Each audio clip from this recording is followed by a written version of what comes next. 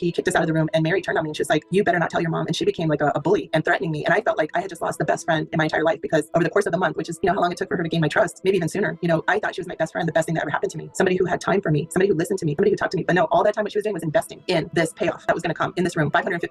He offered to pay $500 for me, and Mary said, no, she's a virgin, I want $550. And it's just terrible to see that people exploit the trust and innocence and beauty of children.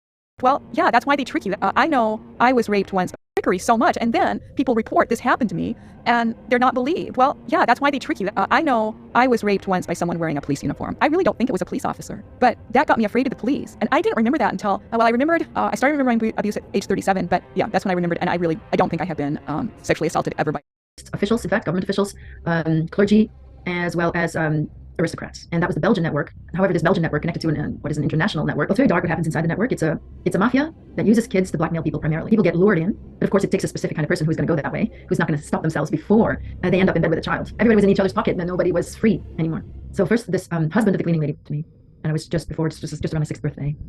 So I was brutally. Then they took me to what was an orgy in a castle. And it was extremely confusing because it was a masked ball or something. It was masked, and so people were all dressed like hippies. That was the first time, and it was extreme. And it was clear, it was made clear from the start that if I were to speak out, then not only I would be killed, but anybody, I would definitely be killed if I spoke out. And that was made clear. Not long after that, my mother got a driver's license. She couldn't drive. She just got a driver's license without taking lessons. She got a car without having taken lessons. So she got the only available automatic car at that time, which was a Dutch car.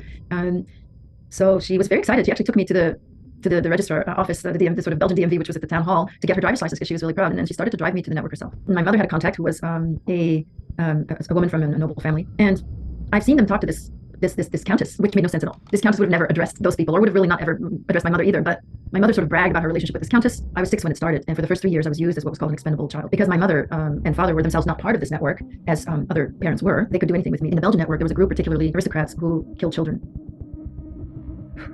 So a few times I was in situations like that, and I just happened to not be killed. So in this network, you have to understand it's a murderous network. Expendable children, that means that they can be killed. That's to say, it was clear that their lives wasn't valued, so those children could be used for anything. That could mean they could be used for torture and killing. So it's very hard to talk about what happened to me during those first 3 years because it was very extreme. So I was in quite a few extreme situations. I was sometimes taken to bars and given to the men there, but other times I was taken to castles and then waiting with a handler until the first group of people had left, and then at the late hour the younger children were brought in. Sometimes I was taken to somebody's house for the day. My mother would keep me out of school and then just drive me to somebody's house, and then whatever was necessary. I have remembered things about being in extreme situations with where other children did die. So my mother was being paid for this. What would happen then with an expendable child is the parents get paid. Of course, there's no contract, nothing is in writing. It's all very vague. My mother's denial itself took care of a lot, but there was money exchanged, and her contact person was this countess. But let's say if I would have been killed and other children were, then a doctor who was part of the network would have been able to write a death certificate and bring up. So in 1972, I was traded by the boss of the network to an international player, somebody who was in the international network that the boss of the network wanted to do business with, wanted to be in their good favor, because this was someone who had global power. And this person apparently had this countess ask my mother who my father was, and also they drew blood. Anyway, they found out that I'm from one of the bloodlines, which is something that in this global network is very important. So this perpetrator then decided that he was going to get me trained, that's to say, mind control trained, which is torture based, and to make me an elite slave, and to even give me a platform on the world stage so I could be an elite slave to the most powerful men in the world. So elite slaves are trained, most of them are trained from a very young age, and they can be people who are actually famous, but are actually being used as slaves because it's all about the same kind of mafiosi style. I was being trained to spy, and also I was literally trained to make men fall in love with me at age 9. It was about a month long initially, but it was really a year long. The whole training was a year long, and meanwhile I was already being used. I was taken to Germany on weekends and spent it with someone who I realized later was a very big politician in Germany at the time. I mean, I was not only did he really like me, but I was also spying on him, and I was reporting about his weakness then to who had become my owner, which was this international network. Basically, when I was going to Germany on the weekends with this, being driven there by handlers of the Belgian network and then dropped off in places, picked up by on the side of the road, actually a quiet road, by this politician, and then I would just simply drive with him. And so because I had been trained, I knew how to not be, not call attention to myself. He would check in, and this was very similar each time. It was always very beautiful places on the beautiful rivers in Germany, in some small hotel pension, and there's maybe 3 or 4 rooms, and so he would have the whole hotel to himself, but we would sleep in the same bed.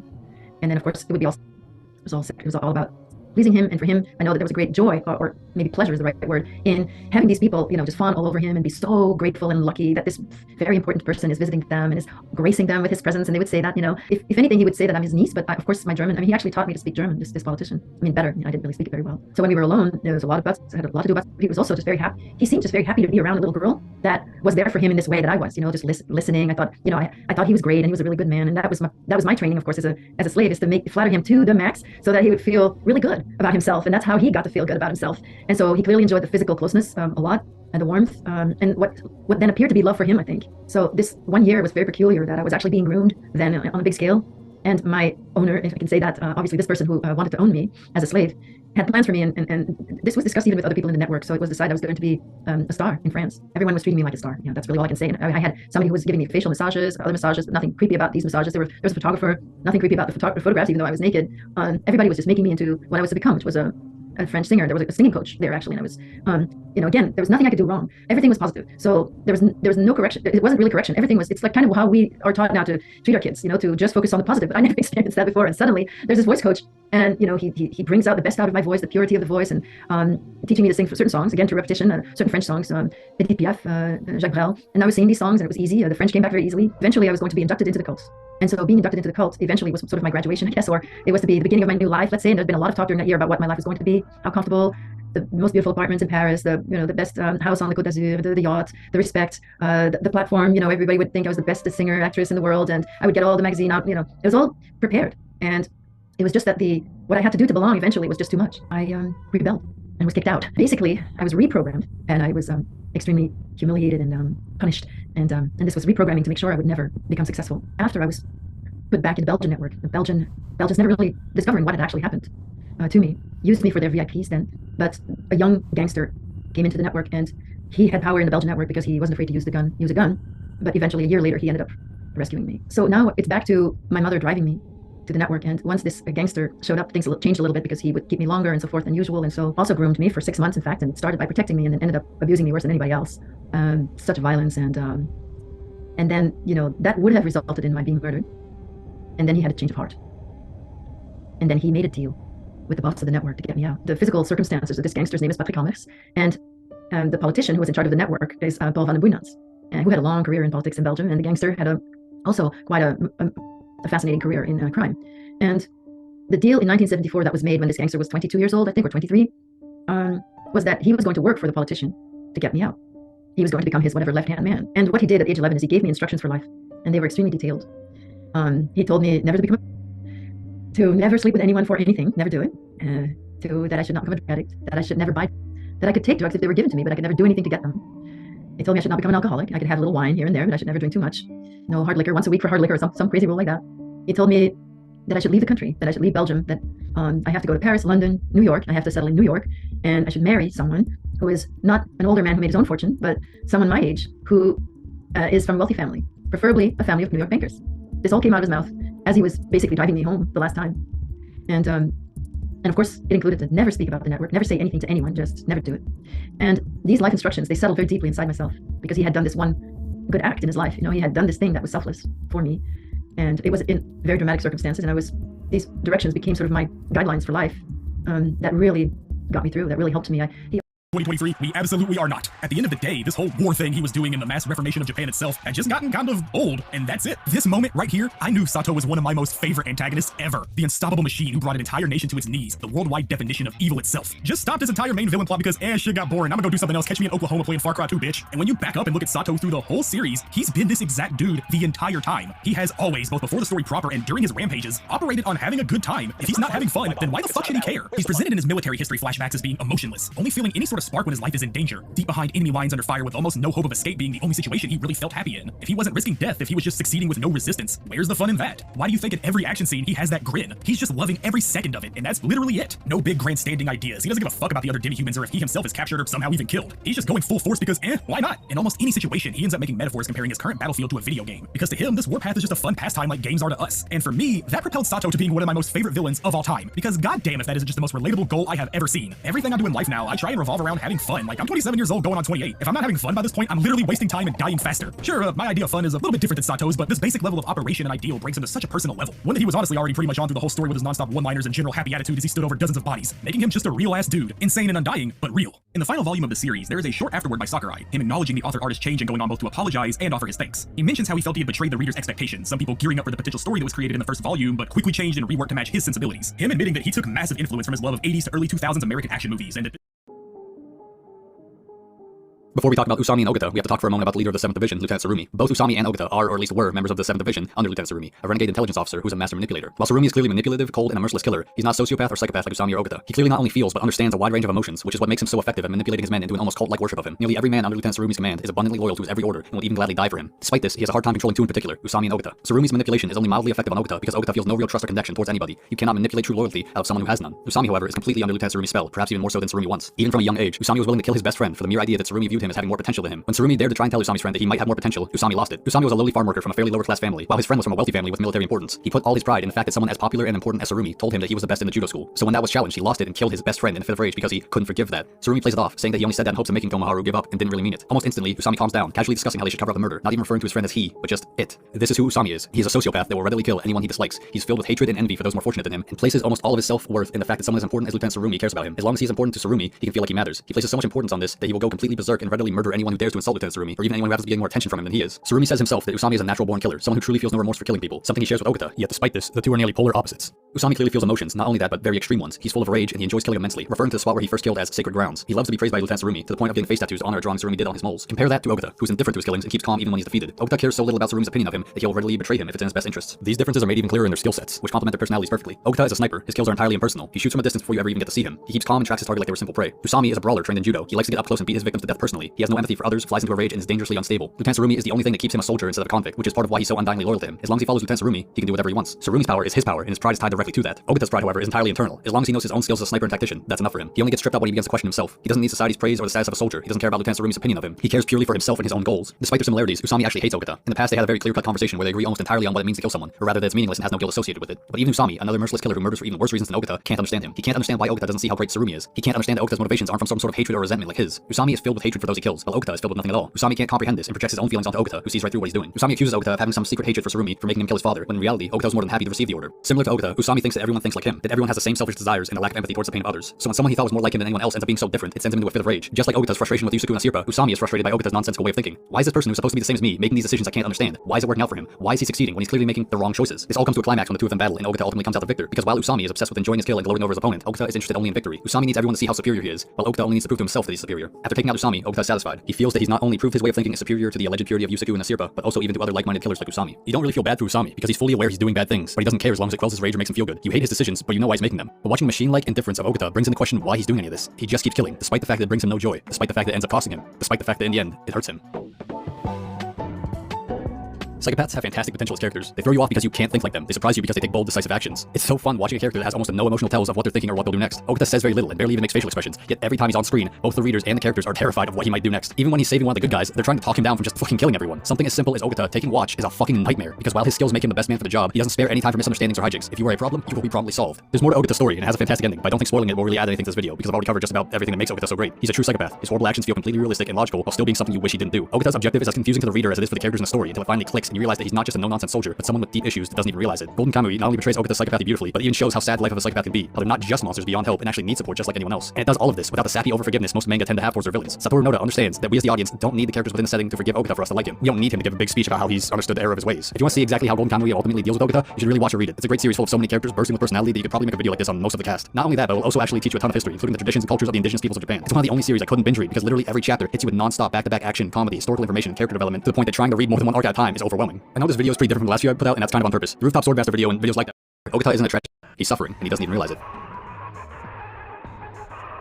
I think it's about time we get into Ogata's backstory. As I said before, Ogata isn't a tragic result of some horrible incident that turned him evil, but he is a fully fleshed out character in this world, which means we can trace where he came from and where it led him. Ogata was born the bastard son of Kojiro Hanazawa and his geisha mistress Tome Ogata. Kojiro had a prestigious reputation in the military and abandoned Ogata's mother while Ogata was still a baby to return to his wife when they had their own child, Yusaku. Over time, Tome became more and more deranged. She cooked Kojiro's favorite dish, anglerfish nabe, every single day in hopes that he would come home to her. Young Ogata obviously got sick of this and snuck out with his grandfather's rifle to begin hunting ducks to bring home in hopes that she'd cook anything else. This is a small but important moment. No one ever taught Ogata to hunt. Most of the time, the hardest part of teaching a child to hunt is getting them over the idea of taking the life of a living creature. But Ogata just did naturally all on his own. He wanted to eat duck, so of course he had to kill them. It was that simple. But no matter how many ducks he killed, his mother never cooked them. She just kept making anglerfish nabe. Eventually, Ogata poisoned his mother, not because he couldn't take it anymore, but as a simple test. If his father really cared about her even a little bit, he would show up to her funeral, and then she would finally get to be with the one she loved. Ogata saw killing his mother as a favor to her, one that ultimately failed because his father never showed. Ogata later joins the 7th Division and meets his younger half-brother Yusaku. Yusaku is incredibly excited to meet his older brother, while Ogata's more or less just mildly annoyed by him. He brings Yusaku to a brothel to drink and attempts to get Yusaku to sleep with prostitutes. The reason Ogata does this is because Yusaku is a flag bearer, and there's a superstitious expectation for the flag bearer to remain a pure virgin in order for his comrades to remain safe in battle. Ogata wants to ruin Yusaku's reputation and thereby his father's reputation by tricking his brother into dishonoring himself and uses his brother's desire to bond with him to accomplish it. Now, at first this is a simple desire for Ogata. If he can make his legitimate brother and father look worse, it proves he's not so bad as the bastard child and betters his own position in society, as well as getting a bit of revenge on them. But when Yusaku refuses this, it becomes a growing obsession of Ogata's to prove his brother is not morally superior to him, that Yusaku is just faking his goody two-shoes act and is the same as him, the same as everyone else. Yusaku later leads the army against the Russians with nothing but his flag, not even carrying a rifle in the battle and not even drawing his sword. Ogata brings into question his brother's behavior. He can't understand why he would do something so illogical, why he would sacrifice so much of himself for some sense of purity that doesn't exist. He says Yusaku is just using it all as an excuse to not have to get his hands dirty, to avoid having to fight for himself, and demands that he kill a prisoner he captured. Yusaku refuses every attempt from Ogata to manipulate him into ruining his alleged purity, continuing to believe in doing the right thing no matter what. He says that he has to keep himself pure, even if it's just a belief, because it's just the right thing to do. As the flag bearer, it's his duty to remain pure, to inspire people around him, to make them believe in the fight, because everyone feels guilt when killing. Ogata stonewalls him, saying nobody feels that way. No one feels any guilt or remorse over killing.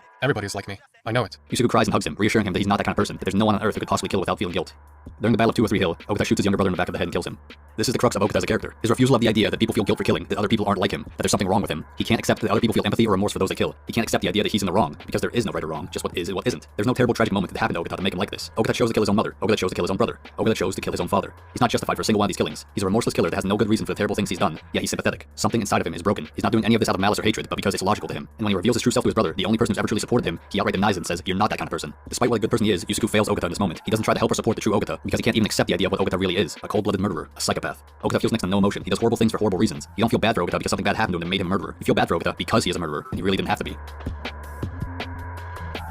We now have a clear picture of who and what Ogata is. He's a careful, calculating sniper, a merciless killer, and a true psychopath. He takes pride in his skills as a marksman and his correct way of thinking. This is the most interesting part about Ogata, his inability to understand what he's missing. Throughout the series, he struggles with this idea that other people feel this thing called empathy, that they're not just faking it like him to further their own goals. He struggles with the question of what this empathy is, if it even has any meaning, or if those who let it guide them are just fools. It's why he became so obsessed with trying to prove his brother was the same as him, that he had just as much capability to kill and wouldn't actually feel bad about it. And when Yusaku showed he clearly did have something Ogata lacked, he began to wonder why. What is this empathy I'm missing, and why am I missing it? Is it because I was born from parents who don't love each other? Is it because my parents didn't love me? Should I even care that I'm missing this empathy? He comes to the conclusion that he was born like this because his father didn't actually love him or his mother. A child born from parents who don't love each other comes out missing something. He believes that he lacks Yusaku's moral compass because of this. Ogata's pride can't accept the fact that Yusaku had something he lacked, so he convinces himself that it wasn't his fault. He never had a chance to have what Yusaku did, and he begins to resent Yusaku for this. But this is wrong. Kojiro may have been a terrible father who abandoned Ogata and his mother, and maybe he could have steered his son down a better path. But in the end, Ogata is who he is. He killed his mother completely of his own decision and felt almost nothing from her death. He killed his loving younger brother just to see if Kojiro cared about him at all. When his father doesn't care about him, he's actually satisfied, because in his mind, it proves him right. He's glad to learn that deep down, his father truly never cared about him. It reinforces his idea that his lack of empathy is a result of his parents not loving him, that it's natural and there's nothing wrong with him. But this notion is challenged by Sirpa. There's a part in the series where he secretly shoots her father and Sugimoto in the head, though Sugimoto survives unknowingly to him. While they're separated, Ogata travels with Sirpa, trying to earn her trust. As Ogata travels with her, his ideals are challenged more and more as she continues to try to see the good in people, to try and forgive when possible, and most importantly, by her refusal to kill another person, no matter how evil they are. Unlike Yusaku, who refused to fight at all, Sirpa is a skilled hunter and combatant who, despite her ability to kill, still refuses to actually commit the act. Ogata can't write her off as a simple coward like he did with Yusaku, which brings the questions he had about his brother back to the surface. Was my brother really just a coward serving his best interests? Was he really just more fortunate than me? Or was he actually a better person than I am? Is what Yusaku had something I should have wanted for myself? Are these people the standard, and I'm actually the aberration? He begins to hallucinate visions of his brother more and more in stressful situations, such as after he has a duel with another sniper where he spends the whole night completely still, eating snow to hide his breath to the point of near frostbite and making himself sick. Ogata resents the idea that his family or his brother are noble because it brings into question why he isn't. Seeing this in Sirpa begins to frustrate him, and he even begins to subtly change for the better as he's silently self-reflecting on their journey. Something small as Ogata quietly using the Ainu phrases Hina and Shitata to himself is so meaningful, because for a psychopath like Ogata to be doing something so logically pointless shows that he has the capacity to change and better himself. But unfortunately, it's really too late. Even if his change were far more drastic, he has already killed far too many people, including his own family. He realizes this, that he's done far too much to possibly get away with it, but he's only just now really starting to understand what it means to live, and he's obviously not the kind of person that would turn himself in because it's just the right thing to do. But he is slowly changing, and he wants to keep changing. For perhaps the first time in the series, he shows genuine emotion and even trust in Sirpa, asking her to tell him the secret of the Ainu gold, and we finally learn why he's been after it. He wants to leave this life behind and start over somewhere entirely new, somewhere where he's not held down by ties to his noble bloodline, where he can escape his past and truly become a new person.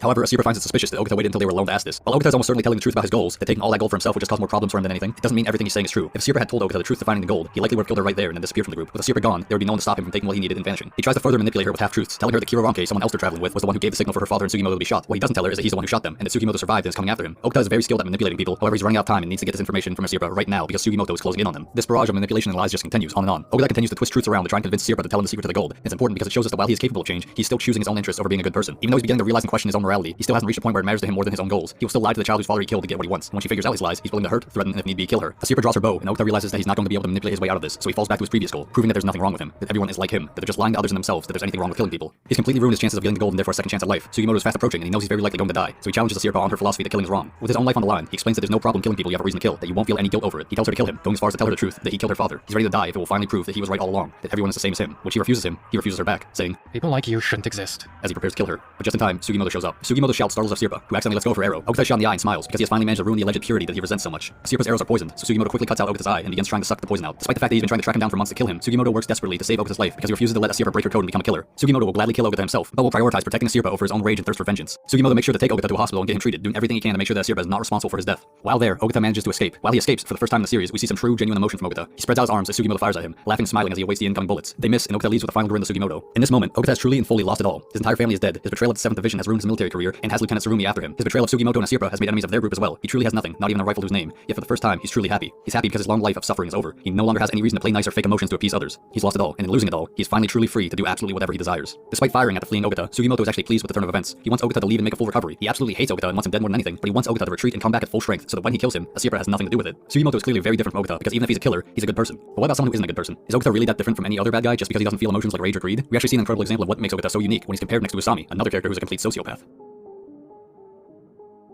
Before we talk about Usami and Ogata, we have to talk for a moment about the leader. He seemed like just a standard soldier following orders, albeit a clever one with some acting skills. He leaves Tanigaki after getting all the information he can, and then attempts to snipe him from a distance after leaving. Nikaido asks why he didn't just kill him in the hut, and Ogata gives two excuses, one fake and one real. He says that if they had done it in the hut, they'd have to kill the witnesses too, and that he wouldn't want to kill the old woman because he was fond of his grandmother growing up. This is clearly just an excuse to make himself seem more sympathetic. As we learn later on, Ogata was not all that close to his grandmother at all, and he very clearly has no qualms about killing anyone from children to the elderly. What is true, however, is that he would have had to kill the witnesses, and the rest of the village wouldn't take too kindly to that. Ogata has taken the bolt to Tanigaki's weapon, so the best way for him to handle this situation is to believe in his skills as a sniper and kill Tanigaki from a distance. What's important here isn't really the details of the battle, but Ogata's interactions with Nikaido. Nikaido is another soldier in the 7th Division who's motivated almost entirely by hatred for Sugimoto, and in this hunt for Tanigaki, we get to see an excellent contrast between Ogata's psychopathy and Nikaido's blind lust for revenge. They're both enemies to Sugimoto, and both have been defeated by him, but they react very differently. Nikaido is consumed by hatred for Sugimoto and is obsessed with killing him as horribly as possible, while Ogata simply saw his defeat as a learning experience and how to deal with Sugimoto in the future. Nikaido continually makes rash decisions and puts his current comfort over the objective. He gets angry and he just wants to hurry up and kill Tanigaki already, while Ogata thinks out the situation logically and keeps his cool. And Ogata uses this, making Nikaido do anything he believes will be dangerous, knowing that he's too hot-headed and frustrated to go against it. Despite the fact that they are both remorseless killers, comrades with the same goal, Ogata is completely willing to let Nikaido die if it will make things easier for him. We see this in full effect when Tanigaki's trap works as intended and a brown bear begins to maul Nikaido. The plan was to lure Nikaido out so the bear would attack him, forcing Ogata to fire and reveal his position. But Ogata doesn't shoot, even while Nikaido begs for help. The plan backfires. Almost, at least. Ogata does eventually shoot, for one simple reason. Nikaido is of more use to him alive than dead, and Tanigaki has no gun to return fire with. Or at least Ogata thought.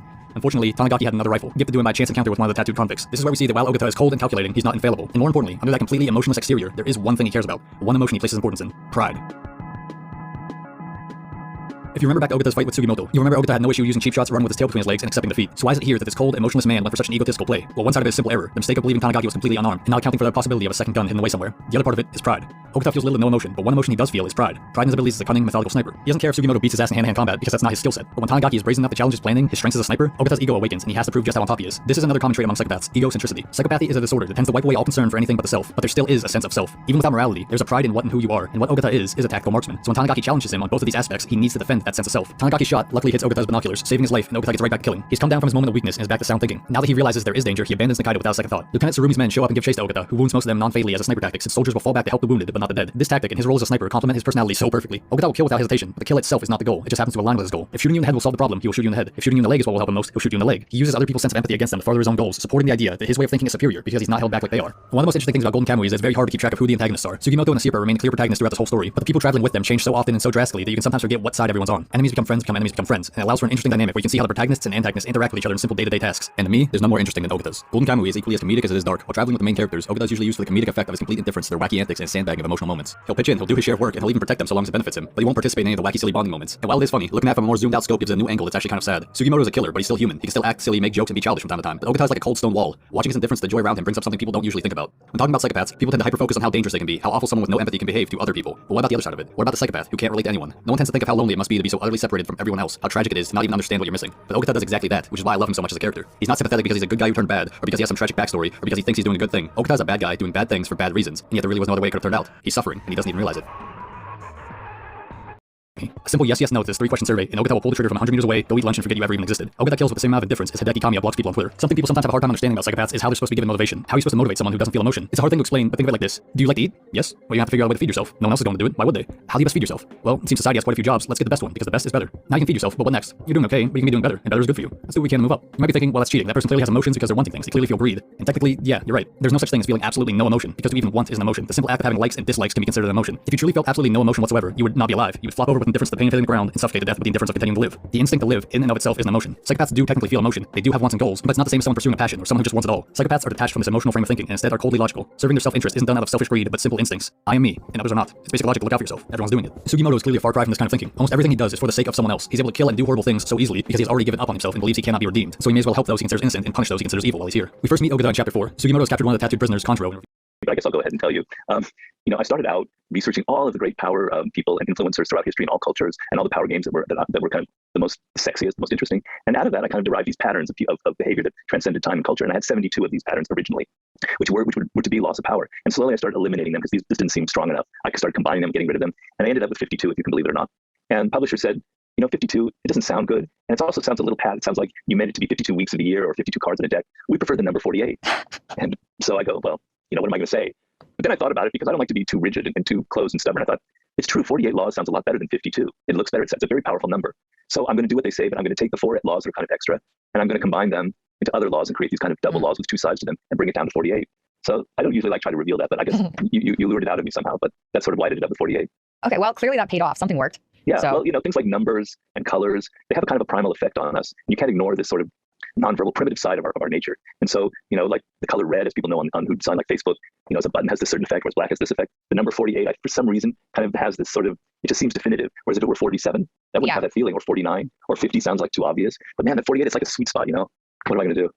That is strange, but very true. So Yeah. are any of these laws of power honest, or are they all Yes. types of manipulation? No, I'd say more than half are honest, and more than half are kind of common sense and relatively positive.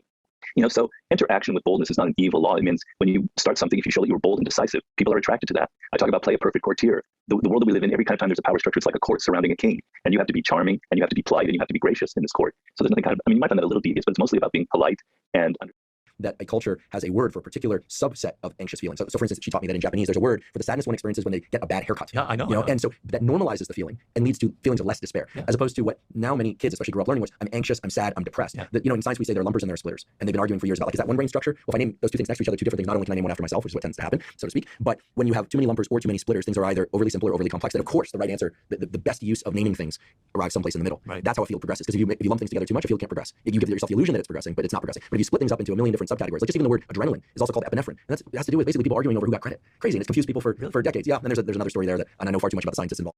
Then I went to him proceeding to touch always with his hands inside my shirt, and then his hands didn't go into my vagina until I was about 9 years old. And I remember that because it happened on my birthday.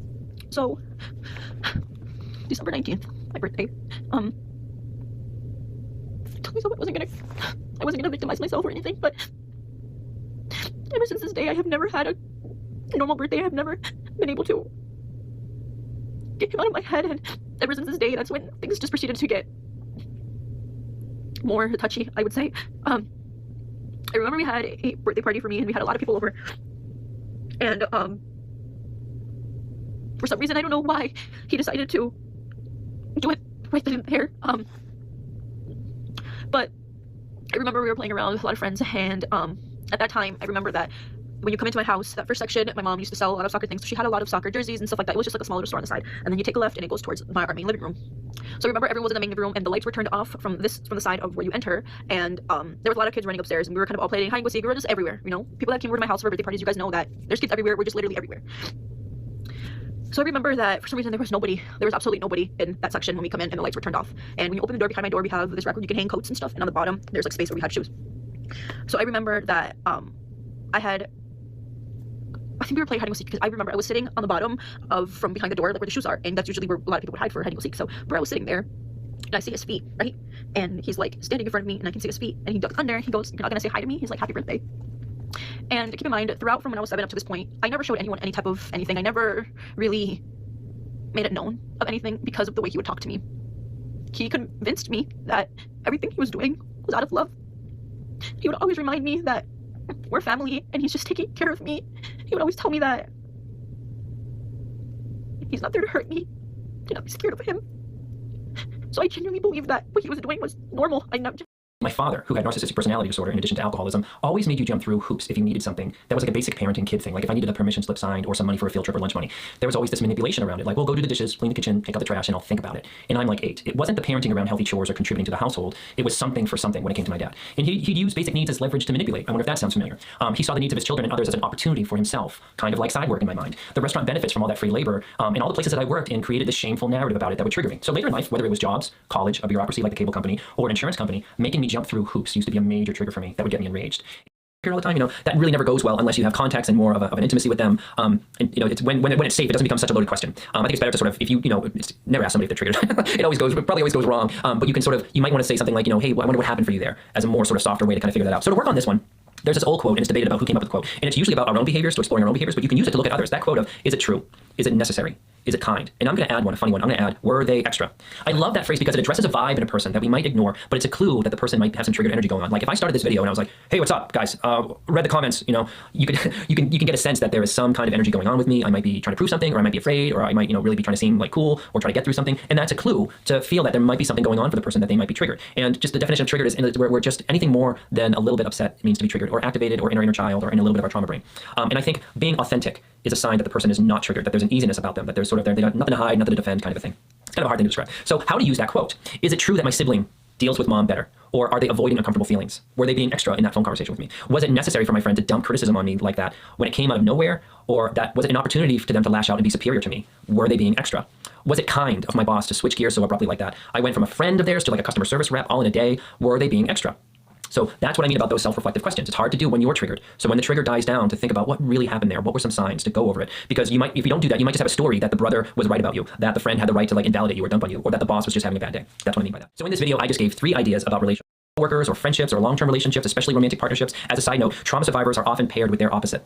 And it's very common to have clients in relationships with their opposite. What I mean is that if you tend to like go into lawyer mode, you might be paired with a lot of people who shut down. And if you sort of if you're not hard enough on other people, you might find people who can get like big with you to replicate mom and dad sort of situations from growing up. So why this isn't good? Well, when we are too in order to meet their punishment or seek their souls, to find out how evil one might become without even knowing. And so comes the theory of Silent Hillification of Manhunt. What if this entire game was about a troubled man, and what we saw was his desires that are getting fulfilled? Put yourself in the perfect scenario in order to kill, and kill brutally. What if it was the vision of a man who has completely given himself up within the evil nature of human beings? Truth be told, one of the most terrifying things about human beings is that the same person that can kill someone in a violent fashion is also able to go home and in the next moment adore their children. It is all within us, and it is horrifying. Just like that, no matter what, Cash had enough morality within him to spare the journalist alive, which indicates that he was indeed okay to keep a civilian alive. In Silent Hill, we also see characters that are in this sort of gray area. They are not all bad or all good, which is what makes a character very interesting. It is nothing more than just a theory of mine. Demonstrating miracles as the bliss does. In River, anything you see could be anything else. You'll question just what you think you truly know. It's true, drugging is rarely used to indoctrinate people into cults, but demonstrating miracles as the bliss does is often used to convince followers of holy power. How could he heal that boy? In the same way, how is faith doing this? Telepathy? Telekinesis? You can reach at explanations, but it is not easy to do so. The bliss is a part of a larger whole, but individually it represents the possession of an idea. Don't believe me? You will. Get it? Hey, but seriously, you will. So let's begin. That chemical formula, this flower, it ain't fiction. Scopolamine, found in the angel's trumpet, is known to produce euphoria but unpleasant hallucinations in the right dose, a torturous psychosis in others, and commonly described as the devil's breath, or the zombie drug, because the conscious trance you're left in can be exploited by the administer, to command, to spill secrets, to abuse the incapacitated, anything. It's a tool for crime in Colombia, but Eden's Gate has done something to it, and like any psychedelic, truth and fiction become indistinct. Can I see more to the world than there was before? Has my mind been opened? Or is the part of my brain that handles connections simply on fire, leading me to see patterns and fractals where they do not exist? There is a psychedelic in this game for the same reason as everything before. The idea of the coming collapse, the routine implications that you're walking a predetermined path, that there's something you're blind to, of bunkers that each of the seeds are based within, of prepper stashes scattered in the shadows but frequently so. There's a word for that. And now there will be a revelation. For every slight, every injustice, every choice reveals our sins. Resist or walk away. This is our final decision. When the Lamb opened the 7th seal, there was a silence in heaven, and the 7 angels before God were given 7 trumpets. And there were noises, thunderings, lightnings, and an earthquake. And I heard a great voice from the temple say to the angels, go your ways, and pour from the vials the wrath of God upon the earth. The secret, Far Cry 5's theme, is paranoia, and its message is you. Insanity, paranoia is not. It's a seed of truth, the fear of what could be that grows so monstrous it owns you. The paranoia that creates the almost unbreakable bond of one's mind to one's religion. The paranoia that compels suffering men to live in holes out of fear of what might come. It controls your choices. Now the world is on fire. A realization of an apocalyptic nightmare we all share, and a physical manifestation of the world's chaos. Why do you think that is? Why do some of you believe it's real? And why do some of you doubt it? You know what this means? It means the politicians have been silenced. It means the corporations have been erased. It means the world has been cleansed by God's righteous fire. But most of all, it means I was right. Apocalypse. Funny little word. In Greek, it means revelation, and for us, it explains a great deal. Eden's Gate saw nuclear war as the collapse. They took action when they did to build a people strong enough to survive it. Why did they choose bunkers to base themselves from? They are the project. At Eden's Gate, you're looking at it. The gates to a new world, a new dawn. Look around you. This world is on the brink. You can feel it in your bones. Look at the headlines. Look who's in charge. You want this key? Because you think you're saving people, but they are already saved. We had a plan. Joseph was right, right? True to Far Cry 5's paranoia. Yet another question it had you asking yourself was if this was his doing. The fire I know is surely real is that a discussion regarding this ending. There are 6 theories. I dismiss hallucinations because it's tantamount to saying there was no ending, leaving the 2 of importance: confirmation or hoax. 3 bunkers, 3 silos, 3 blasts. Think that's a coincidence? Joseph might have fulfilled his own prophecy, so the claims go. Yet, meanwhile, the Far Cry world was on the brink of a nuclear war. The radio by the end warned that attack was overwhelmingly likely. Then hoaxers would say that the cult blocked all comms, so the broadcast must have been fake. Prophets would respond that it was only outgoing signals that were jammed. Hoaxers would say that you don't see the nukes in the walkaway ending, and prophets would say that the walkaway ending was too brief to know, just to describe a single instance of the appropriately fiery debates. The hoaxers were wrong for a number of reasons, that very New Dawn being the completely insurmountable one. But I'll humor the game as it was at release. If this was Joseph's plan from the start, then nothing makes any sense. Project at Eden's Gate doesn't quite work if you blow up the Eden's Gate and everyone in the project. If this became the plan at the end, it still doesn't work because the silos were, as far as we knew, destroyed. If he took the nukes that were in the silos out and detonated, Guru gone wrong. You're all sinners. Through the power of yes, he will show you the path, for there is nothing so blissful in the world to accept the word of the Father into your heart, even if it means you suffer in agony before you do. How does that make you feel? Scared or horny? And yes, those are your 2 choices. The amount of thirst posting I've seen from girls in the comment section could almost compete with the people who genuinely fell in love with faith. Yeah, that's a rabbit hole we're not going down, but if you want a little additional reading, you might want to check out the 100,000 view John Seed X Reader fanfictions on Wattpad. Honestly, might be a better sequel than New Dawn. John spent his life looking for more things to say yes to. Yes, I will have an absolutely legendary beard. Yes, my region will be proof that Ubisoft have the talent to make Montana a captivating setting, despite the lack of to play with toy soldiers. War is so interesting. With commemorative miniatures, I began by faithfully rebuilding Charge of Light Brigade, and after that, the Trail of Tears. I've built accurate recreations of 15 significant battles, as well as training camps, prisoner of war camps, and forced labor death camps. Now I spend all my time painting toy soldiers and attending conventions. Commemorative miniatures. They're instantly collectible and a great value. For just 37 monthly payments of $19.99, you get a starter pack allowing you to recreate the battle of your choice. Show your inability to deal with present-day problems by recreating scenes of mass slaughter from the past. Reenacting battles is great for your marriage, too. One night, my husband's General Custer. The next, Napoleon. On Saturdays, I'm a Cambodian villager, and he's a GI that has his way with me. Then I kill her. Commemorative miniatures. They're not toys. They're Get off of me! I'm happily divorced! Shall I send him to hell, Maurice? Yes. I mean, no, you psychotic lunatic. Put that gun away. Don't point it at me. Or your what, son? You think I'm scared of your conventional lily-livered morality? You think you can tell me what to do? You think it's wrong for me to have 5 concubines to spread my genes, or to use money from the statue for building my own palace in Hawaii? You think that's wrong, do you, son? Do you? No, Mr. Pastor. It's all right. I think it's very right. Very right indeed. You're the boss. You're in charge. You're the king. Damn right I am. Now I'll tell you about morality. Morality is what I say is right, and immorality is what I say is wrong. You gotta understand this. Oh, I do. Oh, I'm bleeding. I need a proctologist. Shut it. Now, next question. Ask me anything. Ask me anything you want. Yeah, well, I'd love to, but it seems that is about all we have time for, actually. The thing is, you see, this is public radio, and every once in a while we need to appeal for money, or cut away when people start brandishing guns in the studio, like this. You're on Pressing Issues, and in this show we discussed morality. I think we made a lot of progress and really came together. I'm Maurice Chavez. Bye. Please don't kill me.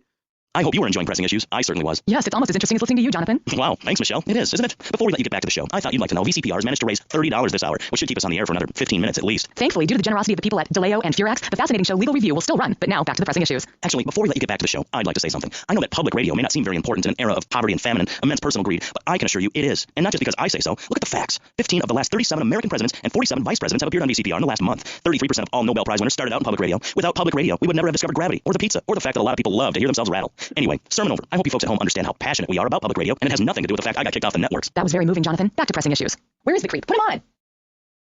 Hello. As you may know, you're on VCPR, and the Texans had the Alamo, and I am building a highly fortified... This kind of immoral behavior is exactly why I'm building the Pastor Richard Salvation statue. Noah had an ark, Texans had the Alamo, and I am building a highly fortified structure in my image. Simple. This 50-story statue will be able to deflect alpha, gamma, and beta radiation. The day is coming and coming soon where the artificial suns will rain down to punish the degenerates of this city. But you can save yourself. The Pastor Richard Salvation statue will be a completely self-sufficient community. We have canned food rations, private living quarters, and enough supplies to survive happily the predicted 40,000 years of nuclear winter. In Phase 2, and with funding from NASA, we will equip this massive statue with rockets. So when the poopy hits the proverbial fan, we will load up the statue with all of the people who saved themselves through generous donations, blast into space, and colonize Saturn with a race of morally correct, affluent people ruled by me. Will there be naked people? No, turd brain. It's morally corrupt people like you we're shielding ourselves from. Liberals, degenerates, the Welsh. They're the ones responsible for the nightmare Vice City is today, the crime in the streets, the parties, the children born out of wedlock to a future of hopelessness. Anyone who does not agree with me is mentally sick and should be shot, I'm afraid to say. We need to build a place to escape these transgressions. Whew, that's extreme stuff, Pastor. But we'll leave amateur eugenics for a minute and ask our other panelists. Jan, you're a mom, so you know everything. What is your thought on all this? And do you think Pastor Richard stole his ideas from a movie or book? Well, yes, I am a mom. My kids are very special. So special, they go to special classes. Now, I teach my kids history to give them perspective. Last night I was telling them about how Magellan sailed around the Strait of Magellan and met some friendly natives that gave him supplies. Then he had to kill all of them. And that's an important lesson about life. If you look at nature, you'll see many species that eat their children to protect them. This is especially true of hamsters.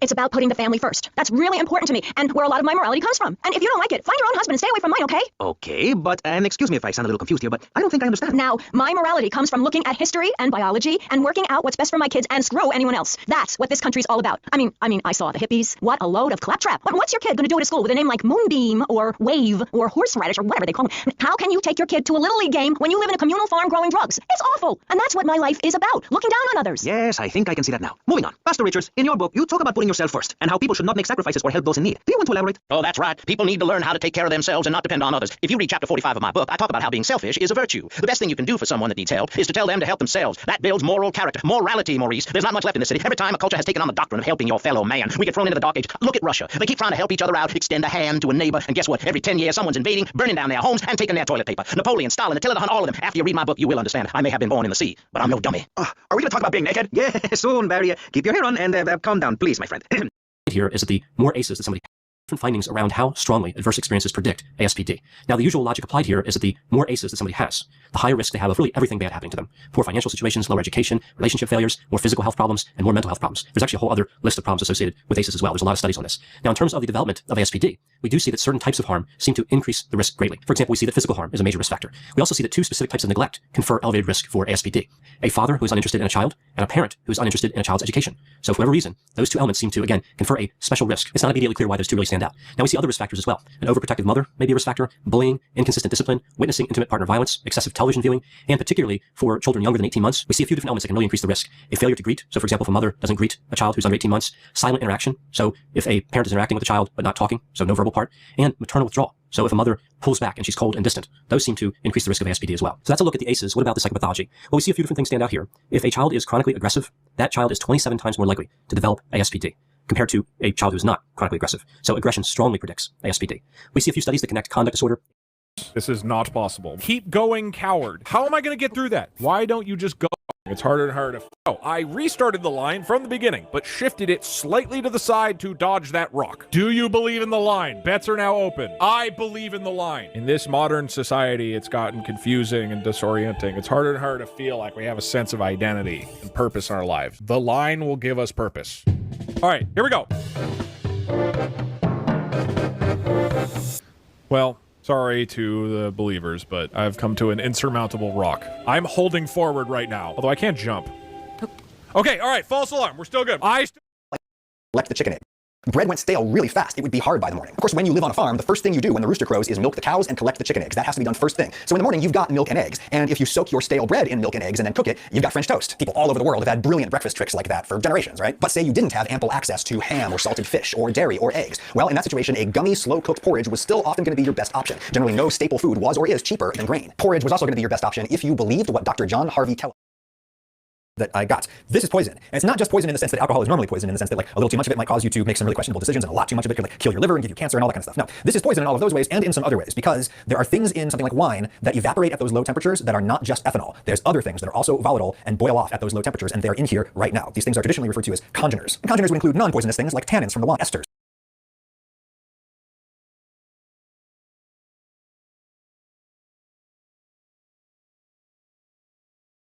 From the wine, esters, things that could make the finished spirit taste really, really good if you decide to leave them in. But we're also talking about fusel alcohols. Fusel is German for bad liquor. Alcohols other than ethanol, most notably methanol. Methanol is just like ethanol, except it has one carbon atom instead of two. As little as 10 milliliters of it can destroy your optic nerve, permanently blind you, and as little as 30 mils could kill you dead. Fortunately, though, methanol is a little more volatile than ethanol is, so most of the methanol comes up through the still at the beginning of the process. You're supposed to throw away the first bit that comes out. That's known as one of your head cuts, or sometimes called the foreshot. There's subtle differences between those terms that someone's going to call me out on, I'm sure, but regardless, it's the stuff that comes out at the very beginning that you want to throw away because it's poison. Now, how much of that first bit that comes out you throw away, it's hard to tell. Distillers have traditionally made the judgments with their noses and with their tongues by tasting a teeny little bit of it. And it's really harsh.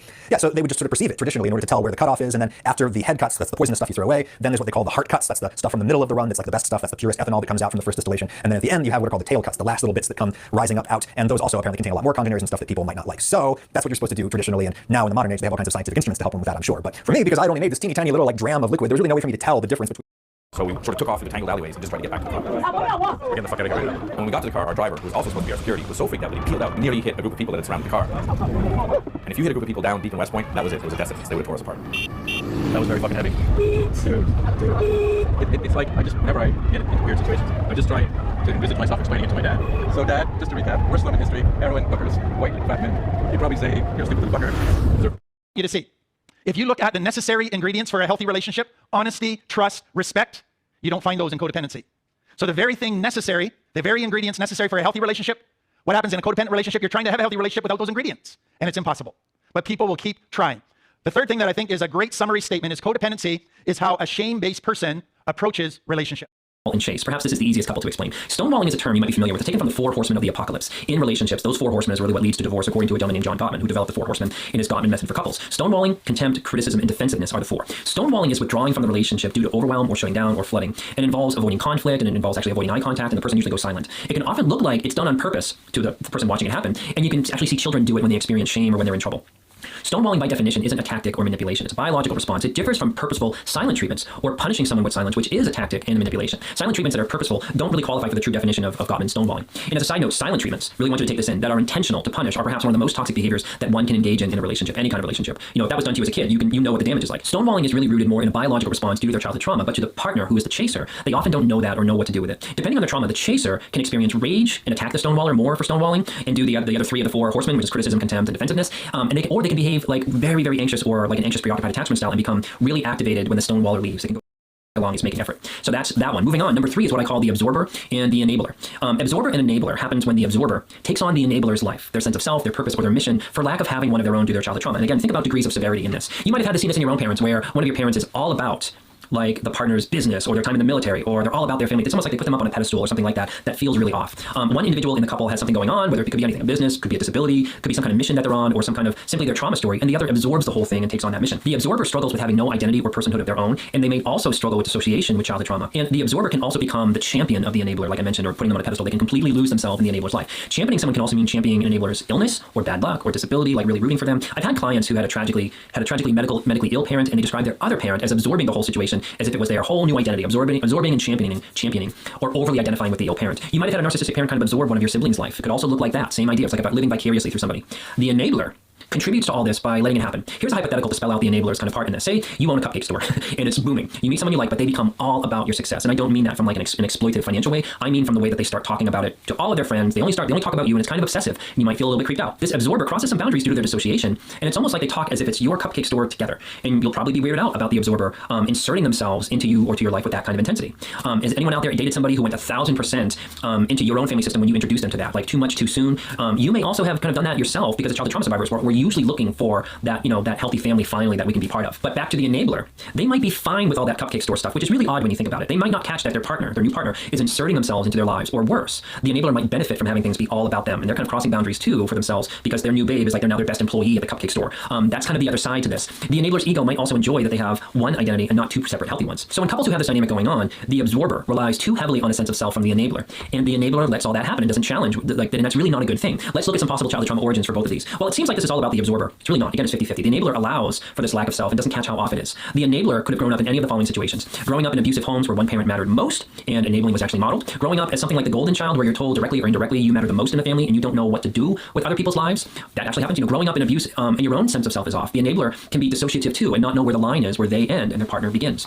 That concept is very common for childhood trauma survivors. I had that going on myself, of not knowing where the line was between you and the other person. Because when we grow up, the boundaries or the attunement is so off, or the neglect was so extreme, that we really are kind of free-floating in that way. The absorber may have grown up in any of the following situations. Abandonment and neglect is definitely going to be a piece of this in their daily life growing up. Growing up where someone else in the family was the high and the only priority in the family, kind of similar to the enabler. Or growing up in chaos or poverty or shame or substance abuse, where someone else in life can seem to them like a safety raft, like the enabler is like an oasis. Or growing up in a family where they were really an anonymous child, like there was no mirroring, no real connection. Parents didn't really know them, so how can they know themselves? Let's look at each person's healing goals. The absorber will need to look at how they were so disconnected in their family system and grieve that kind of loss of their own natural development and the loss of being attached to a secure person. They could also benefit from learning how to connect with their inner child and reparent them, and like every other childhood trauma survivor, become more integrated with self as opposed to see integration with others. We really need to get it from ourselves before we can really show up to a relationship fully.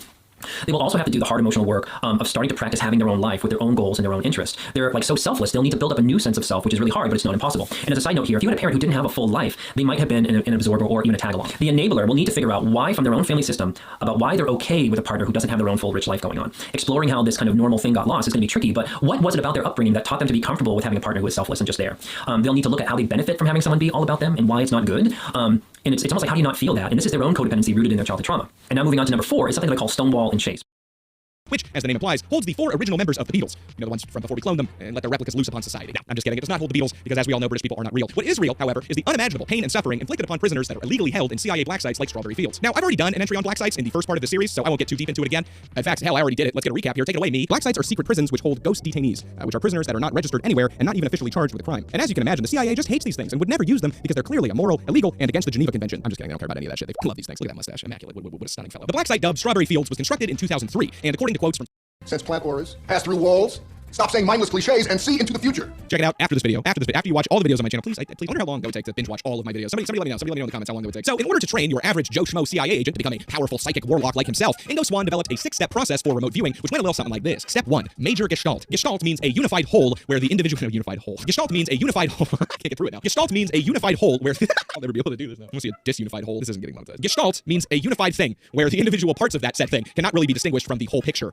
which whole picture too. God damn it, picture holes. Which I assume is a German word because as we previously established, they and their language are freaky as I just said that so that the censor bleep will be like really long on YouTube. You can hear how I actually said that word if you subscribe to my Patreon, where you can get uncensored and ad-free videos. Yeah, there's a good little plug right there. Good job, mate. So this first step is just a very general visual understanding of the target being viewed, like that it is a very large, rotund, somewhat musty woman, but not yet at the stage where the viewer could distinctly recognize it as your mother. Step 2: sensory contact. This stage is when remote viewers begin to take in sensory details of the target through their mind, describing the target through touch, taste, sound, and smell, even if the target is, again, your mother, and they just really, really do not want to do that. Step 3: dimension, motion, mobility. This step occurs when the psychic is able to freely move around the thing that they are viewing, like floating around your castle in creative mode instead of just being stuck staring at one brick in survival. Jimmy, will you allow me to breed your pink sheep so that I can have my own? What the f, Ben? Why would you f Jimmy Sheep? That's f***ing disgusting. I don't think that's what he meant, Joe. You know, Joe, I've had it up to here with you. Step 4: quantitative aspects. This is when the viewing is stable enough that the viewer can accurately observe and count the number of objects being viewed. For example, 5 nuclear warheads, 6 Soviet spies, or 3 hairy testicles in your mom's pajama bottoms. Step 5: special qualitative aspects. This is when the viewer starts to understand the target's inherent qualities, like, what it is that they're looking at, 20-question style, like if it's classified documents, a filthy animal, or your mother. Although, of course, those last 2 examples are the same thing. Step 6: significant analytical aspects. This step takes the qualitative aspects of the previous stage and analyzes them further to produce more specific details about the target that they're viewing. For example, knowing that it is specifically a Soviet MiG-15 aircraft, or well, I can't really think of a way to work your mother into this one, which is pretty out of character given that I always find a way to work myself into your mother. That was a good one. I'm pretty proud of that one. Swann also invented a remote viewing technique that even his strongest believers thought might just be a steaming pile of dog shit, something known as coordinate remote viewing. Before Swann proposed this method, whenever remote viewing was done at a distance, a person, known as a beacon, would be sent to the target site to act as a signal source of some kind, somehow psychically connecting the remote viewer to that location with their presence. Which, why did they even do that? Doesn't that just kind of defeat the entire purpose of the psychic bullshit, I mean, if you needed a guy to physically be there for another guy to non-physically be there, couldn't the guy you send over just use their real eyeballs the old-fashioned way to see whatever this magical mind man was giving himself a prolapsed anus to see in his brain eyeballs, So presumably after realizing this glaring issue, Swann developed coordinate remote viewing, which was basically the practice of using coordinates, latitude and longitude, to remote view a particular location instead of sending an actual straight-up human being there to defeat the entire purpose of the operation. Which, really, why did you not lead with that, bud? It makes so much more practical sense. I guess practical sense is not really something I should expect from a self-proclaimed magical psychic, but still. Swann and the other agents involved in these remote viewing sessions were not given a map or globe to reference these coordinates to, just the raw numbers. But apparently that's all they needed, because allegedly this coordinate remote viewing technique, or CRV, worked even better than their previous counterintuitive methods. Although that may just be because there wasn't a real physical human being standing exactly at the spot the guy was trying to view to confirm that yes, everything that psychic just said was total bullshit. I am not, in fact, on a Soviet warship. I am at an Arby's, and this is not a nuclear bomb. It is a roast beef on rye, although it will probably exert about the same level of destructive power upon my digestive system. A particularly unhinged file from the CIA's archives said about this new technique, quote, "The basic theory of how CRV works is very logical and is easily comprehended, even by a non-psychic." That is, I'm sorry to interrupt, that's false. This man is on crack. He's about to say the most absurd, incomprehensible bullshit I have ever heard in my entire life, that I could find quite a few words to describe, but not one of them would be logical or easily comprehended. Let's continue. While many theory questions remain unanswered, the fact is, the stuff works. A summary of the CRV theory would follow along these lines. Somewhere, perhaps in the unconscious mind, there exists what we will label the Matrix. The Matrix. You can't scare me with this. Take off your shirt. What? Take off your shirt. What the hell is this? It's necessary. Take off your shirt. Right now, there's only one rule. Take off your shirt on the highway. It's necessary. Take off your shirt. No. Take off your shirt. The Matrix. The Matrix knows no boundaries and has no limitations. It contains all information about all things. The Matrix has within it patterns. Think of these as points within a 3-dimensional box. The patterns within the Matrix each pose and radiate their own energy. This energy is emitted in the form of a signal or signal line, which is peculiar to that specific pattern. This pattern has other names by which it is known. It can be referred to as a thought ball or as a gestalt. A gestalt can be described as the pattern and all of its associated patterns. The monitor will read the viewer a set of encrypted coordinates. In very basic terms, the viewer's autonomic nervous system will respond to energy produced by the gestalt or pattern, and this response will manifest itself on the ideogram. It is this registration on the ideogram that the viewer is receiving the signal line of the gestalt. Are you following along? So far, the guy said it was very logical and easily comprehended. So clearly, if you don't know what's going on, not his fault, you're just a f***ing idiot. So let's continue. The viewer will begin receiving impressions or perceptions of the target area, keys to the specific issues he is concerned with, e.g. structure, terrain, emotions, etc. What has been discussed here is theory. Much cannot be explained, measured, or quantified to the standards demanded by the scientific community. Really? Wow, that is a shocker right there. Oh, geez, that scientific community and their standards really keeping their thumb on the little man, aren't they? The file continues, while analytical data may not be in abundance to support this theory, session reports and historical and experimental data exist to substantiate the fact that CRV is a reality. So yeah, again, very logical, easy to comprehend stuff right there. I mean, you definitely don't have to be a psychic to understand that these guys are channeling the pattern through the signal line into the Matrix using their thought balls. I mean, that's like day one basic elementary school stuff right there. Jokes aside, that is a file that someone in the CIA wrote and then put in a cabinet. They're goofy. And this CRV method apparently worked so well that the CIA decided to all but completely drop their research on all that other psychic bullshit like telekinesis and such. to focus almost exclusively on CRV remote viewing abilities. So Ingo Swann was clearly a very interesting fellow with a very particular set of skills, like being able to bend a magnetic field with his mind at his whim and spy on your naked mother. But who cares? I do that second one all the time too. Whatever, big whoop. But now it's time to talk about a psychic of allegedly even bigger dicked proportions, a man by the name of Pat Price. I always love when names alliterate like that. So pleasant. Just a perfectly pleasant Patrick Price right there. Pat Price was a former cop who apparently couldn't do any of the other auxiliary psychic bullshit that Swann could, like astral projection and Magneto-esque activities, but was also apparently the best remote viewer that the world has ever seen, with abilities more powerful even than the inventor of the method himself, Ingo Swann. Russell Targ later recounted about Pat in his memoirs. Pat Price was a gift to our research. One day, in June of 1973, Pat called Hal Patoff to say that he had been following our work and felt that he had been doing the same thing for years, catching crooks when he was the police commissioner in Burbank, California. He told us that he would sit with a dispatcher in the police station, and whenever he heard a crime reported, he would psychically scan the city and send a car to the spot where he saw a frightened man hiding. Which, still kind of sounds like a bit of a long shot there, Patty boy. I mean, what if this frightened man hiding is just a guy with an anxiety disorder and a strong desire to crawl under a pile of clothes in his closet for an extended period of time? There's nothing criminal about that. I do it all the time. But then some ne'er-do-well steals a purse from Granny, the psychic cop goes in his mind's eye, and suddenly it's... To continue the quote from Russell, our impression after we began working with Price is that he lived his life as a perfectly integrated psychic person. We worked with other talented individuals, but no one with the continuous psychic awareness of the world around him, which Price showed. And like Targ said there, this Pat Price fella was pretty goddamn legit. The real deal, basically a certified wizard, with many of the CIA's discoveries about remote viewing, such as that ability to see through time we talked about, coming directly from Price's work. Another file from the CIA's archives describes the circumstances of one of Price's first, impressively accurate uses of his large psychic ding-a-ling and remote viewing abilities. The file stated, quote, during the summer of 1973, we continued working on a remote viewing experiment which eventually stimulated more CIA-sponsored investigations into parapsychology. The target was a vacation property in the eastern United States. The experiment began with the passing of nothing more than the geographic coordinates to the two subjects, one of whom was Pat Price. No maps were permitted, and the subjects were asked to give an immediate response of what they remotely viewed at these coordinates. The subjects came back with descriptions which were apparently missed. They both talked about a military-like facility. Nevertheless, a striking correlation of the two independent descriptions was noted. The correlation... Let me do the intro. Okay, I'm really good at it. I know how to monologue. Seriously, I talk to myself a lot. Sometimes I just stand in front of the mirror with no clothes on and say, you like this? You want some of this? Oh, I know. I get it. You're an adult loser. You're pathetic. Every show you do this. No, I'm sorry. You know the rules. Sorry, everybody. See, we're fine with liberals. We love each other, but we've got massive egos, so we can't quite get along. My ego was shattered long ago. It was just called the 80s, but I picked up the pieces and glued it together with bourbon and acting out sexually with not that very attractive of a woman. Okay, so speak for yourself. I'm speaking for the show, Dictard. Shattersphere, hosted by me, Michelle Mix, with sidekick support work from you, until your contract runs out and you can be let go. Mr. Laszlo, I don't have a surname. Every week, you rub my face in it every goddamn week. Because every week you act like I'm not here, and it's still one of your countless previous shows that didn't work out and yet somehow allow you to fail upwards. Man, you must have some amazing pictures of whichever executives you're blackmailing. Listen, if you're gonna fail up, I always say. And you're not even being fair. Fair is you Now, but eventually you will. Oh, don't cry. Okay. I'll make the decision for you. Now I'm gonna let you go free. Okay, if you promise not to tell anybody. All right? If you promise, I'll let you go free. Go on, get out of here, scamp. Go on. Oh, seems to be quite attached. Hey, well, watch where that hand is waving there, buddy. What am I going to do now? He's all I had left. Have a wonderful day, and I hope you find your way through life soon. Usual gambling. The downward spiral continued, however, as I kept losing, and losing is a catastrophic event that treads on borderline dangerous territory. As I lost what would have been a 9-high straight to an ace-high club flush, something in the prefrontal cortex just snapped. I lost my brother, my father left me for dead, my wife left with my son, and now all my money was gambled away for nothing. It wasn't too long before the entire population of the saloon I was in was going to fill a graveyard in about 2 weeks. The scary part is that I sort of found it amusing. Who would have guessed the video game protagonist John Marston had a bloodlust that puts Hellraiser's Pinhead to shame? Lawman traveled far and wide to be the war hero that brought down the worst savage since myself in my Red Dead 2 Cattleman Revolver only challenge, and it was quite cute thinking they had a chance. One by one, each building in Valentine was cleared until all that was left was a bunch of X's littered everywhere across the minimap. Although since a lot of NPCs ran away to grab their guns, I patiently waited until they came back, where I forcibly shoved a revolver cartridge into their skull for safekeeping. Valentine was done and dealt with, but there was... Your name? Communication is difficult to impossible, but a soul always understands a shared smile. So now I got picked up by X.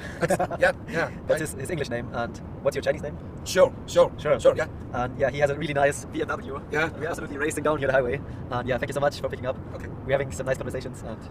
Welcome back to China. Yeah. Thank you. You won't believe what just happened. He was crazy rich. Like his family owns hundreds of malls in China. Now he just paid for my hotel because I told him I'm looking for a cheap hotel, and he said, no. I can't believe the things that are happening to me. You don't respect trans women because you're transphobic. I don't respect them because they're women. Trans includes guys. Forward. Stopping. Forward. I started playing this game yesterday, guys. Climb. What? Why were you so keen to have a go? Oh no. Wait, you knew where Franklin's house was? That can't be true. You people don't know Franklin's house. Someone in chat told me well. Sure they did, Beans. This house of cards of lies that you've built up is falling around you. का सब खून बह जाता है और उनकी dead body के sir फोड़ता है, फिर उनका गला और एंकल चीर देता है, फिर उन्हें हुक पे उल्टा लटकाता है, जिससे उनके शरीर का सब खून बह जाता है और उनकी डेड बॉडी हल्की हो जाती है। वो 2 दिन उनकी लाश को खून सूखने के लिए रख देता है, फिर कुल्हाड़ी से उनके शरीर के टुकड़े करता है, फिर उन टुकड़ों को जमीन में दफन करता है। अब रॉनी उसे टूट चुकी है और ये सब सुनकर मैट उसे एक जोरदार पंच मारता है, जिससे कि वो वहीं गिर जाता है और फिर वो धमकाता भी उसे कि अगर तुमने कुछ भी किया तो मैं सभी को बता दूंगा कि तुमने ये चोरी करी है, क्योंकि घर में तुम ही गए थे। अब यहाँ तक तो आप समझ गए होंगे कि उस दिन मैट ने जोई को घर में क्यों भेजा। वो कोई इत्तेफाक नहीं था, बल्कि एक प्लानिंग थी इसी दिन के लिए। अगर उसका छोटा भाई कभी आगे जाकर गलती करे तो वो उसे कहकर चुप करा सके, उसे धमका सके। लेकिन जोई तो उल्टा उसे ही blackmail.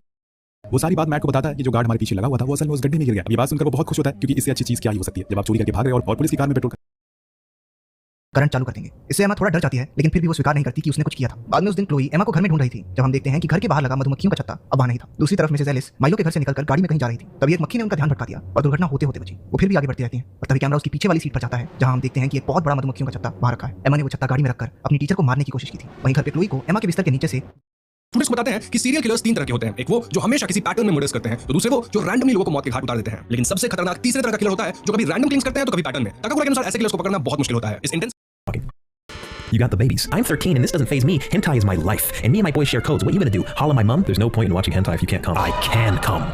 Frustrated. They may want a date, they may want a Ferrari in the garage, or they may want £1 million in the bank account. They always tell me what they want and what they're not getting. What they don't tell me is what they need to give in order to get what they want. You see, at the heart of life is a transaction. You can get what you want from the world and life, but you have to be able to give something that the world wants, and you need to give it first. I'm going to let you into a little secret that all the most highly effective people on the planet already intuitively know, and that is life is a seduction. We need to seduce the world and the people in it, and seduce life into giving us the things that we want. And in order to seduce successfully, we need to make to the world the right offer. You see, in a general sense, we need to be constantly seducing our friends, our lovers as well, but our work colleagues, in a strictly perhaps non-erotic sense of the word, but we need to be seducing them into giving us the things that we want. Now, I know already many of you are going to be a bit disappointed. You were sitting there hoping I was going to give you some hot tips on how to seduce in terms of the more narrow, erotic sense of the word seduction. Well, the good news is, yes, some of the tips I'm about to give you will be helpful if you came here focused on the more narrow, erotic sense of the word seduction.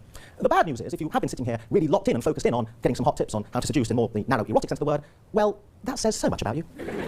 So the other thing I want to say before I finally reveal these tips is what I like about them is how democratic they are. What they kind of say is that anyone can become more seductive. It doesn't really matter how hot you look or how cool you are. I find that most people seem to have rather low self-esteem when it comes to seduction. They kind of think, I can't be really seductive. What's really amazing about the social psychology of seduction is what it says is anyone can become more seductive, and indeed some of these tips are so powerful you can leap ahead of even the hottest person that you know or the coolest member of your social group and become more seductive than them.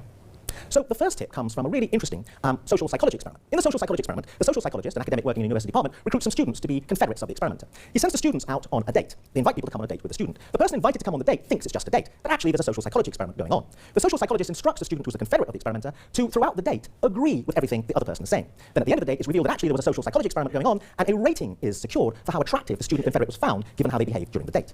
In the first condition of the experiment, the student confederate goes out and just agrees with everything the other person says on the date, and an attraction rating is secured at the end, and people are found moderately attractive in that condition. In the second condition of the experiment, the student confederate is sent out on the date and is instructed to disagree with everything the other person says. So it goes a bit like this. Oh, I really like this restaurant you picked. I think it's really lovely. What do you think? No, I don't like it. I thought the fish was rather nice. What do you think about it? No, I don't like it.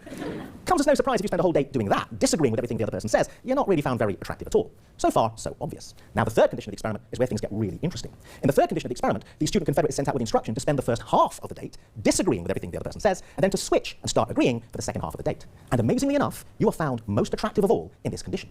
Now, why is that? There's some rather complex social psychological theories going on as to what's going on here, so I'm going to cut to the chase and give you what I think is the most profound and important theory. You see, the other person on the date didn't realize there was a Machiavellian manipulative plot afoot, whereby you were just watching for the clock to hit a certain time, and then you're going to switch. What their experience of you was that you were rather difficult in the first half of the date, and then you warmed up to them, and they think they had an impact on you. They think they warmed you up. And there's something about having an impact which is very seductive. Now, there are many objections to this experiment. People always say, yes, I can see that's seductive, but you're playing a game. Why can't we just be ourselves? Well, you can just be yourself if you want, but be aware of something, which is that there are many people out there that are playing the game of life, and they're playing it rather hard. And as a result, they're terrifically successful. They're really good in job interviews, and they're very good as politicians at getting elected. So if you're not going to play the game of life, that's fine, but be aware that you might run into trouble if everyone else is playing the game of life. The other important idea here is you can divide relationships into 3 key phases: attention, interest, and maintenance. You walk into a bar, you see a very attractive person, wow, they've got your attention. Hopefully, you've got their attention.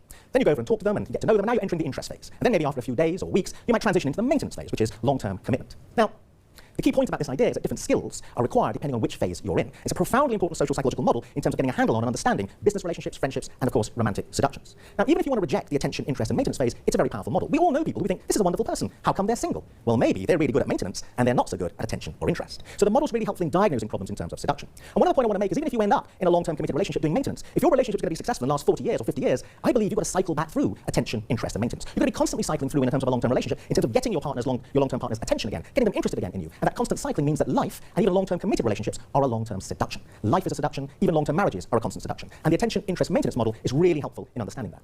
Perhaps the most expert exponent of attention, interest, and maintenance was Casanova. Not least because Casanova was brilliant at attention and interest, but really bad at maintenance. Casanova was a real figure. He lived in 18th century Venice. He was an adventurer and a nobleman, and is said to be perhaps the most successful seducer of women in history. And he's got the final tip I want to give you at the heart of the secret of seduction. You see, many people think that Casanova would walk into a bar in 18th century Venice, see an attractive member of the opposite sex, and pull like that. But actually, that's not true. He would walk into a bar and see an attractive woman, but then spend many months courting her, as was the courtly custom of the day, before being finally successful. And there is, by the way, an important lesson for us all. If you go into a bar tonight and pull like that, I'm afraid to tell you that's not really a seduction. A seduction is when you meet someone who's disinterested in you, or only mildly interested, and you convert that interest into rabid desire. That's a seduction. And the problem with the modern world and websites and Tinder and apps is it's kind of doing away with the whole seduction idea. And we're losing the skill of seduction with very ominous social implications, in my opinion. Now, the story goes that Casanova walks into a bar one night, sees a gorgeous woman, she's an actress, physically very desirable, falls immediately in love with her, desires her. The actress, besides being physically stunning, the story goes that Casanova walks into a bar one night, sees a gorgeous woman, she's an actress, physically very desirable, falls immediately in love with her, desires her. The actress, besides being physically stunning, has an interesting characteristic. You see, she has a speech impediment, a lisp. She can't say words properly that have the letter R in them. Many of you will know a famous TV presenter here in Britain called Jonathan Ross, whose nickname is Wossy, because he has a very similar speech impediment. He can't say words properly that have the letter R. She has this speech impediment. Without really interacting with the actress, Casanova turns on his heels, goes home, and does a mysterious thing. He spends the next 3 days and nights writing a play. And this play has a very special feature. It has no words in it with the letter R. 3 days and nights later, he returns to the bar, presents the play to the actress, and the seduction is successful. But here's my pop quiz psychology question for you. You see, what Casanova could have done was he could have said, can't help noticing you've got a bit of a speech impediment there. Tell you what, I'll pay for elocution lessons. I'll buy you speech therapy. No one can deny that speech therapy is more pragmatically helpful to the poor actress than a play that has no words in it with the letter R. However, it's the play that's a seductive move. It's the play that's sexy.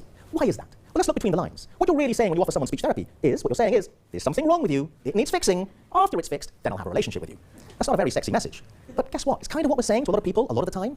What does the play with no words with the letter R say? What it says is, don't change a thing. You are perfect as you are. And my job is to help the world recognize the perfection that I see. That's a sexy message. The other thing the play does is this. It's terrifically specific. The actress knows that Casanova's interested specifically in her. A lot of young men going on a date, nipping to the petrol station because they've left at the last minute, buy some petrol station flowers, present the petrol station flowers to their date with a grand gesture, and are somewhat perplexed that the date is less than overwhelmed with a presentation of petrol station flowers. You see, you can't go into a petrol station and buy a play off the shelf that has no words in it with the letter R. The actress knows that Casanova's interested in her and no one else. It's specific. But here's the final point and the most important profound message in terms of the psychology of seduction. What Casanova has done brilliantly is, and here's the key catchphrase I want you to remember, he's filled the unmet need. The actress has an unmet need for parts that have no words with the letter R. And Casanova diagnoses the unmet need and meets it more completely than it's ever been met before. If you find someone's unmet need and fill it in a way it's never been filled before, you will be successful in seducing them. So your mission is a two-pronged attack. You've got to find out the unmet need, and then you have to fill it in a way that's never been filled before. Now I can sense immediately you have a lot of questions. How do we find out the unmet need? How do we fill it? So I apologize, I've run out of time, so I won't be able to answer those questions. But is it possible that leaving you wanting more is kind of a seduction? Thank you very much. Forget about your knowledges. You still have that, wow, I wish I could travel like this. Then you should definitely do it. Then you should forget about your fears, disregard the fact that you're broke, and just leave, head to the road. Because like that famous quote says, in 20 years from now on, you will be more disappointed by the things you didn't do than by the things you did do. Thank you very much. Both of which rank in the top 2% of scoring. And he was also incredibly friendly and extremely likable. All of these aspects resulted in him becoming a trusted assistant to the psychology staff with access to the detailed files of murderers and sex offenders, including detailed accounts of how they carried out their crimes and the tactics they used to get away with them. In his role, the then 15-year-old Kemper would hear firsthand highly graphic details of violent rapists, and he began to have his own violent sexual fantasies. And he also noted how most of the rapists have been caught because they were identified by their victims. So he concluded that his best chance of being successful as an assailant was to make sure he didn't leave any victims alive. Also, since he had access to psychological tests, he knew exactly what psychologists were looking for when they diagnosed patients. So he learned how to pass any tests at will. He had actually memorized the exact responses to 28 separate assessments. So, while Kemper was originally diagnosed with paranoid schizophrenia upon admission, psychiatrists and social workers at Atascadero re-diagnosed him with a personality trait disturbance. Then, after 5 years at Atascadero, the now gigantic, 6'9", 285-pound Kemper was granted parole and released from the psychiatric to stand out in a crowd of thousands, is flying under the radar, completely undetected. At 6 feet 9 inches and 285 pounds, Ed Kemper is impossible to miss. But he's been befriending off-duty police officers at a bar near the courthouse, getting as much inside information on the case as he can. With his near-genius level IQ, he is gaming the entire charade. They buy me a beer, I buy them a beer. Casual relationships. But I was poking around a little bit trying to find some things out. I knew they wouldn't be privy to hot information, but there were some things that were bothering me. Like, were there any speculations on how they were dying? How did you get the knowledge to outsmart the police? Watching television. Believe it or not. Joseph Wambaugh, police story. Got some tremendous insights into not just the gimmicks, the actual things, the tidbits that you pick up from their procedures, but the mechanics behind it, the logic behind it. Was I would not allow myself to walk into even a potential trap of behavior. And one of those was talking about those crimes too much to people, initiating conversations about that. There was a memorial service for 2 of the victims. Yes. Were you tempted to go? Yes. But I'd seen one too many episodes, one too many crime shows, where that is one of the available resources for clues.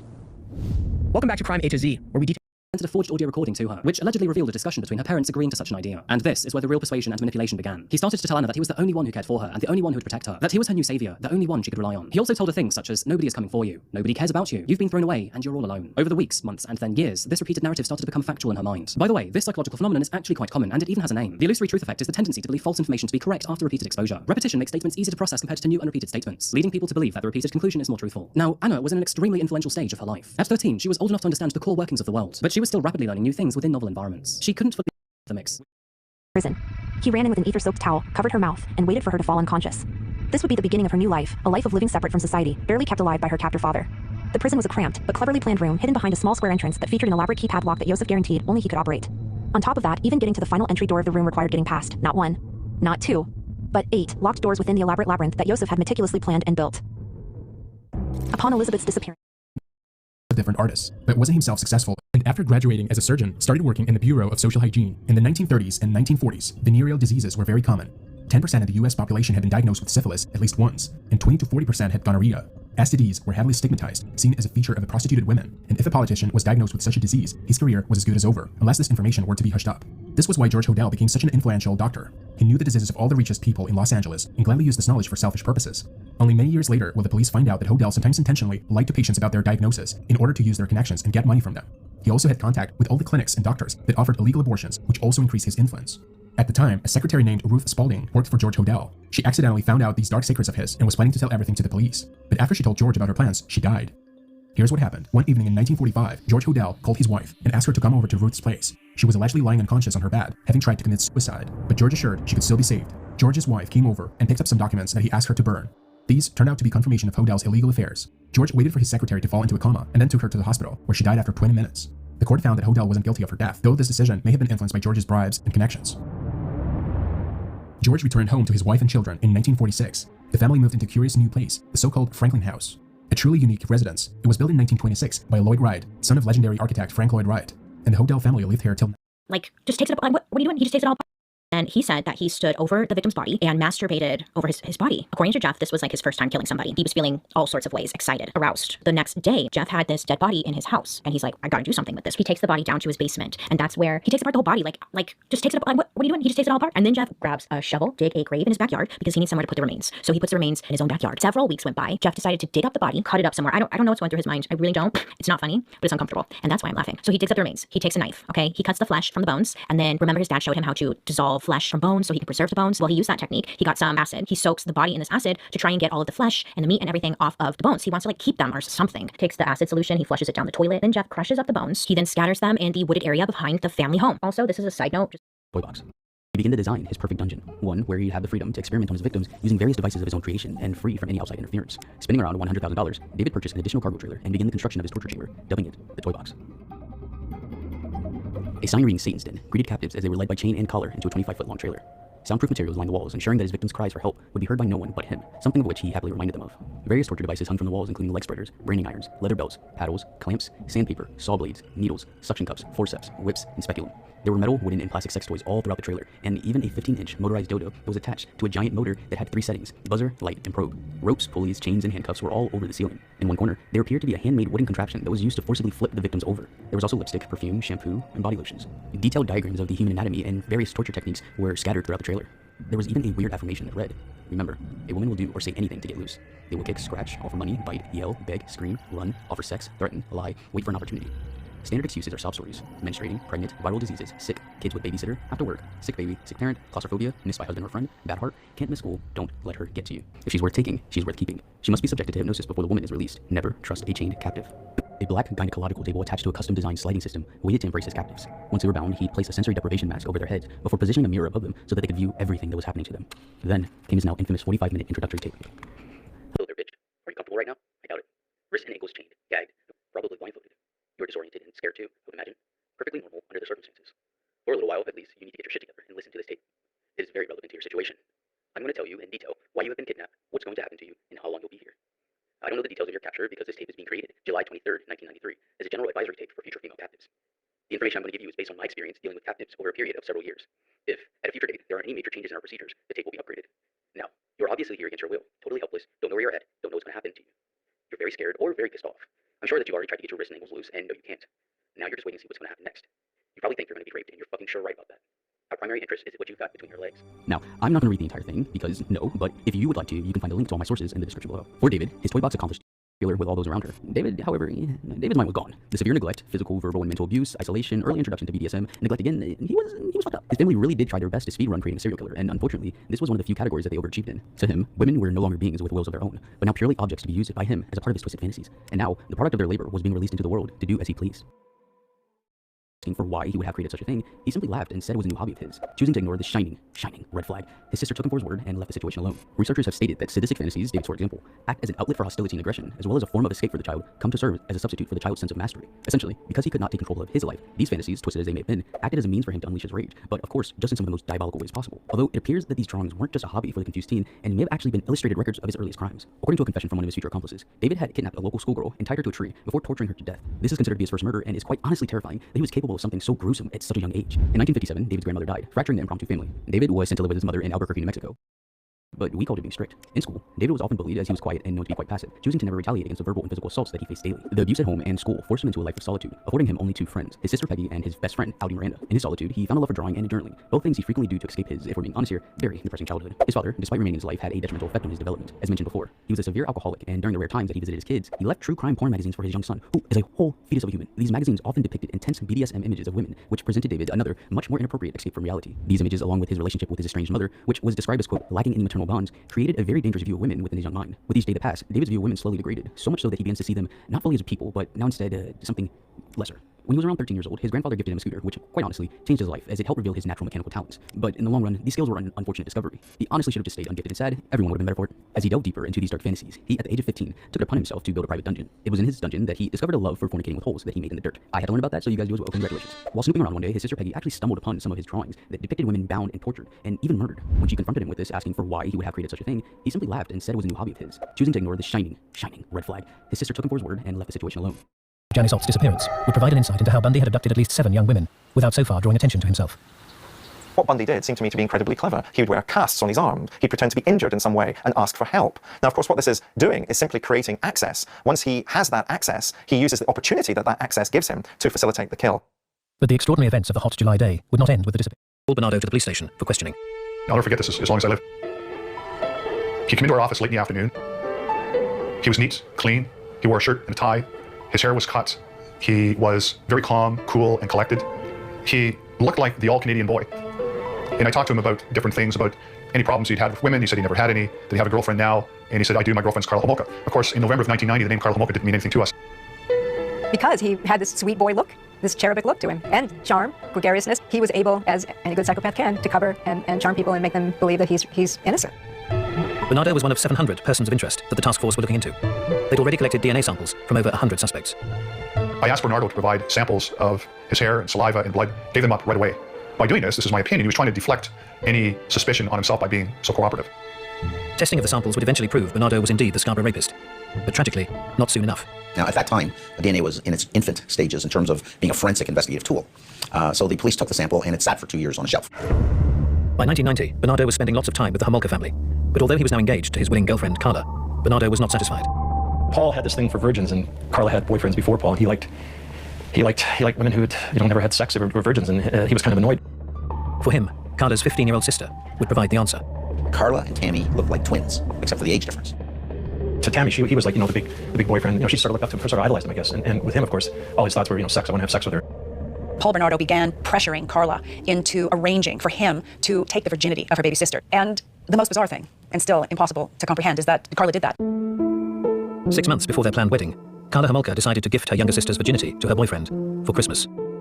The problem was that Karla was afraid that Tammy would tell. Karla stole anesthetic from the vet's clinic where she worked. And the idea was to put Tammy under and then have a sexual assault her. And that way they could have their threesome. On the 29th of December, 1990, with Karla's parents still in the house, they put their plan into action. The family was all gathered and everybody went to bed except the three of them. They had Tammy drinking, got her drunk, and as she passed out, they basically raped her in every possible way. The unconscious 15-year-old began to turn blue. Tammy vomited and suffocated. They turned her upside down because Homolka knew that from when she worked in the veterinary's office, but she actually died.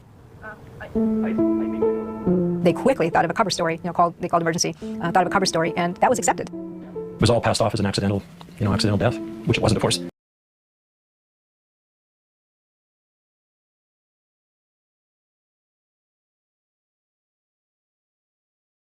Courage to get with just been raped. June 89 to May 1990, 5 more attacks. He took some of their belongings with them, which left them feeling more unsafe than they were in the first place. In a couple of cases, the women were just getting the courage to get up. He would reemerge, throw them to the ground, and attack them all over again. Times Hannibal tried to... Shut up. But you know who else hated Fabius's strategy? Hannibal. He understood the danger he was in. Turning Rome's allies against her required Hannibal to keep smashing the Romans in battle. He couldn't do that if Fabius wouldn't fight him. Multiple times, Hannibal tried to goad Fabius into a fight, but Fabius wouldn't bite. Failing that, he tried to turn Rome against Fabius. According to the writer Livy, he burned down all the farms he could, but any farm he learned was owned by Fabius himself. He left well alone. Hey, Fabius, why isn't he burning down your farm? You got some sort of a secret deal with him? But of course not. Hey, Hannibal! What? Burn my farm too, please! What? Burn my farm too, please! No, remember our secret deal! Well, you gotta admit, he's a genius. Hannibal's problem, however, was that he had to stay on the move to keep supplying his army from the local in his mid-20s around the time, he would approach common people at bars or restaurants or even in church and begin to talk to them about his faith and his belief. Everyone around Roque said he was an incredibly charismatic man. Not only that, but he was known to tell little subtle lies, such as about his past, to give himself a sadder backstory, or miraculous things God has done for him in his life, in order to seem more approachable and interesting to average people. And this is something else I kind of want to point out throughout this story, is the way that cult leaders operate. See, a lot of people have this sort of idea in their heads, and I think a lot of it's due to Hollywood, that whenever a cult starts, it's automatically lesser-minded people talking to someone who's a really good public speaker. But in like 90% of cases, that's not what happens. Normally, the manipulation takes a really long time, or at least a lot of reason to give into it. So imagine there's someone you know who you've become really good friends with, and after years of talking and getting to know that person, they begin to want to help you to understand why they have it so great. On its own, this is nothing wrong. It can be God, it can be a relationship or something similar, but the difference with cult leaders is that one way or the other, it usually comes back on themselves. So if you're about to lose your job or unhappy with your situation in life, and then one of your year-long friends tells you that he's starting a commune in the mountains where you don't have to worry about any of it, it may sound like a good idea. And that's exactly what he did. Roque invited people into his commune in the region known as Sainte Marie, Quebec, in which he told people they could live a life free of sin and worry. However, some of George's messages, and the two hated each other to such a degree that whenever part of the building caught on fire in 1984, George immediately blamed Vernon, and Vernon said that, I don't know, maybe God did it. Which, it's wild to imagine two cult leaders who are kind of forced to live with each other, and like something bad happens to one of them, so the other one's like, I don't know, maybe God hates you. Did you ever think of that? Over the course of this argument, table for the date. The fact that it happened then is for the best. It saved her a long time worth of trouble. So the waiter in this story, actually a hero. Hats off to that guy. What's that expression from Futurama? When you do something right, people won't be sure you've done anything at all. That's exactly what happened here. Dude's just doing his job and ended up saving her so much trouble down the line. But yeah, anyway, so she talked to the waiter about her order. This guy blows a gasket, has this huge meltdown about it, shows his true colors, and then continues to just go on.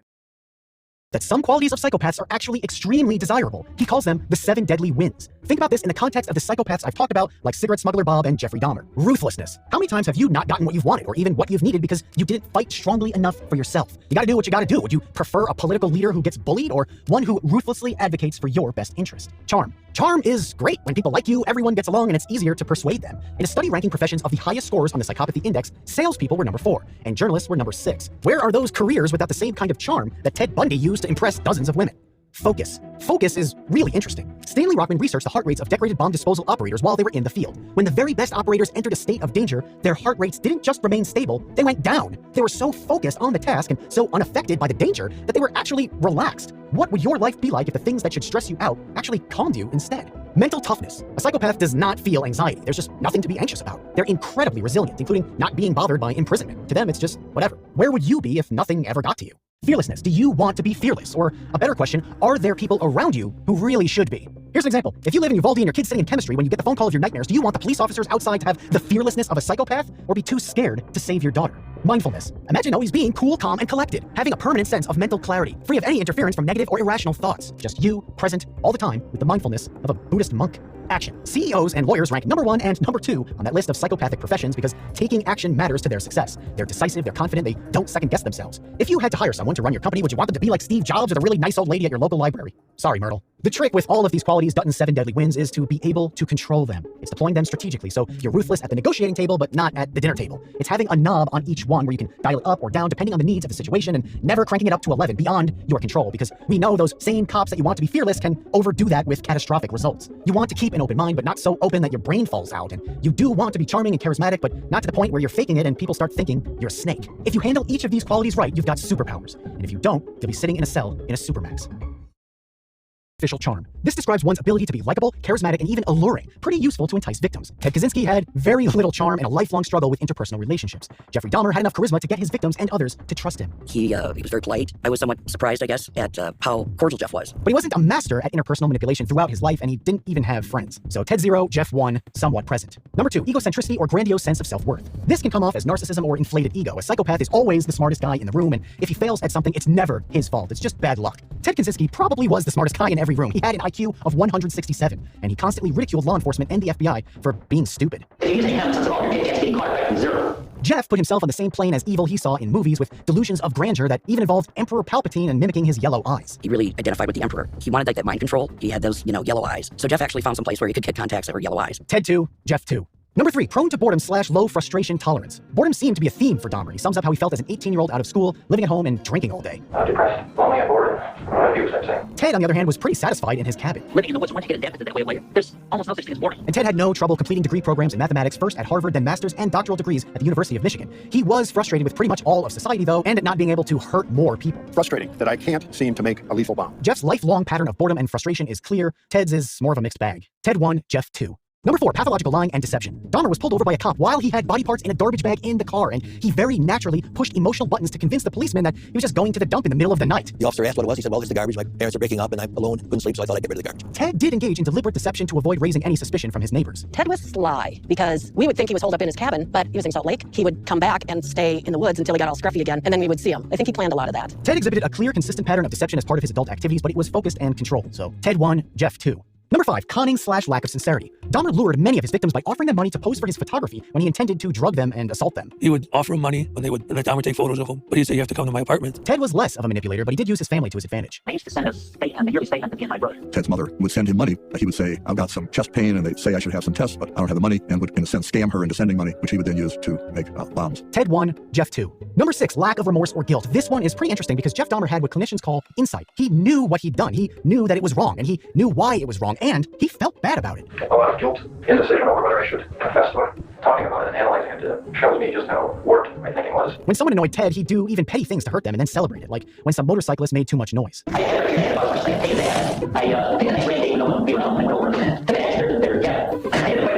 They went in and just destroyed their cabin and then took a poop in their tub. What? Yeah, poop justice is not a thing. But Ted also kept a secret coded journal with his thoughts, and he made it pretty clear that he didn't feel bad about the big stuff either. I'm no longer bothered by having crippled this guy. I laughed at the idea of having any compunction about crippling an airline pilot. For this one, Ted 2, Jeff 0. Number 7, lack of affect and emotional depth. Affect is the normal range of emotions we both recognize and feel. Psychopaths tend to be emotionally flat. Jeff sums it up. I'm not even sure whether or not I was capable of a real sense of love even back then. I'm not even sure I am now. When a family member of one of his victims attempted to attack him physically at his trial, he was cool. He kept control. I would have thought he'd jump up. He didn't. He just sat there. This is Jeffrey Dahmer under stress. And Ted, emotions just seem to be totally off his radar. This is one of the spots where pretty normal people can score some points, and there's some crossover with the autism spectrum, where it's perfectly reasonable that someone could have a limited capacity for the complex feelings and emotions that most people have. Ted 2, Jeff 2. Number 8, callous/lack of empathy. Empathy is hard to evaluate because it's so subjective between individuals and cultures, so how do you evaluate such a nuanced thing with a serial killer? I didn't seem to have the normal feelings of empathy. That was easier than I thought. A psychiatric assessment agreed. His personality pattern was an individual who uses people, sees them as objects, does not have any empathy. My recommendation really said that this person is too dangerous to be in the community. Ted had no qualms about injuring or killing innocent people, even the ones who weren't his intended victims, and he also didn't care about being cruel to his own brother. Couldn't wait to tell my big brother about my ideas, but it seemed like, wow, he was very dismissive of my ideas. And he said, you know, Dave, real smart people have a sadistic streak.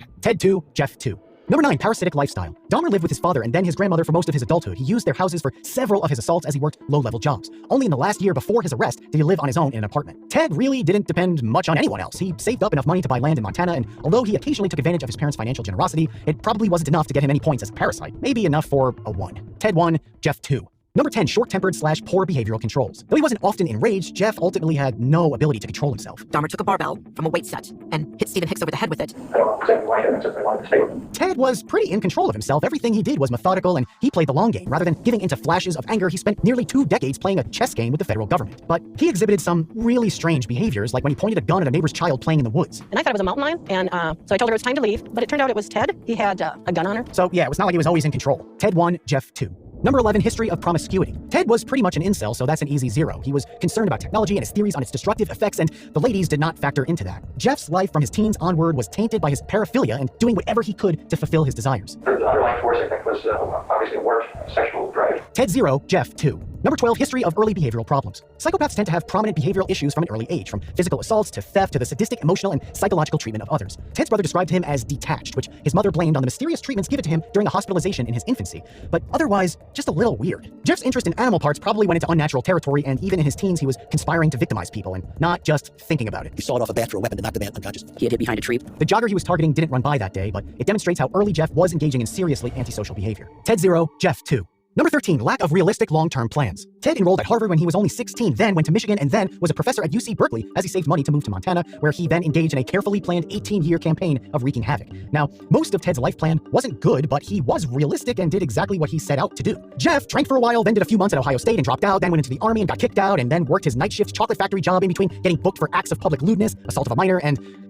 no real life plan there. Ted 0, Jeff 2. Number 14, impulsivity. Ted Kaczynski spent most of his time thinking before he acted, the total opposite of impulsivity and the total opposite of Jeff. My thoughts obviously weren't the thoughts of the same person at the time. I would have rather he had stayed alive, but traveling seemed to be the way to keep him. Ted 0, Jeff 2. Number 15, irresponsible behavior. Ted didn't really engage in the sorts of everyday behaviors we call irresponsible. Not like Jeff's habitual drunkenness, which landed him his army discharge. His father and Sherry, his soon-to-be stepmother, came back to the house. There wasn't much food in the refrigerator. Alcohol bottles were around. It looked like a life that was in trouble. Ted 0, Jeff 2. Number 16, frequent marital relationships. Yeah, no, so this is a quality of many psychopaths, a perpetual cycle of serious relationships and often having kids they end up distant from or completely detached from. Ted didn't have any romantic relationships to speak of. Jeff had one, Tony Hughes, who he ended up killing. But to give you an example of how bad Ted was at wooing the ladies, he sent 3 letters to a waitress. One, inviting her to be his squaw in Canada, a second one with a resume of his academic credentials, and a third one kinda shaming her for not being interested in dating him. Ted earned his 0. Ted 0, Jeff 0. Number 17, history of juvenile delinquency. Formal contact with the juvenile criminal justice system wasn't part of either man's childhoods. Neither child was normal, but there wasn't an obvious pattern of criminal behavior that would have tipped off anyone, even their own families. This one is really tricky with Jeff. He probably gets a point here for going way past normal scientific curiosity with his taxidermy, and which was glossed over because he hid it so well in the family shed and because it wasn't really obvious how to get him professional help back then. He became interested in the internal organs. There's a morbid interest, obviously. Just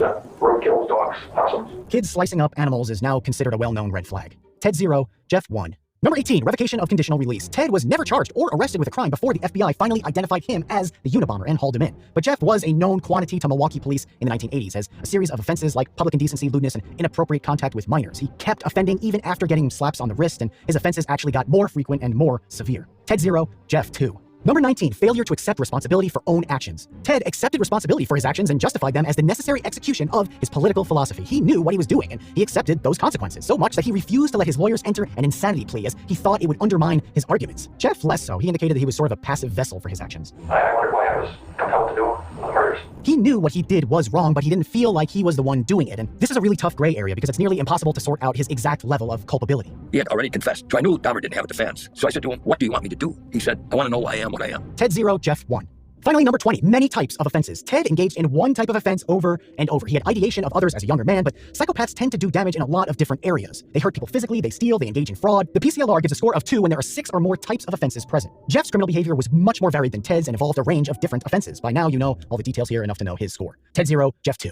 Okay, when we add up the totals from all 20 inventory items, Jeffrey Dahmer scores a 33. The minimum score for psychopathy is 30, so he qualifies. This is not very surprising, but it should be, because some people get perfect scores of 40. That means there are psychopaths who check even more boxes on the PCLR, and some more severely than Jeffrey Dahmer. The guy who cooked and ate a whole bunch of Milwaukee wasn't even a peak psychopath. Conversely, the man who waged a 2-decade war against airline executives, scientists, and anyone around them all throughout the United States, he scores a 13. He wasn't even close to being a psychopath, but something was clearly very wrong. His actual diagnoses are disputed. One psychiatrist who examined him diagnosed him with paranoid schizophrenia, while a forensic psychiatrist suggested he had a schizotypal personality disorder. Whatever psychiatric disorders Ted Kaczynski suffered from, it wasn't psychopathy. By the way, the average North American male scores about a 4 on the PCLR. It's pretty normal to have a few quirks or negative qualities. I had an independent analysis done to get my own score. I got a 2, which is 2 more than 0.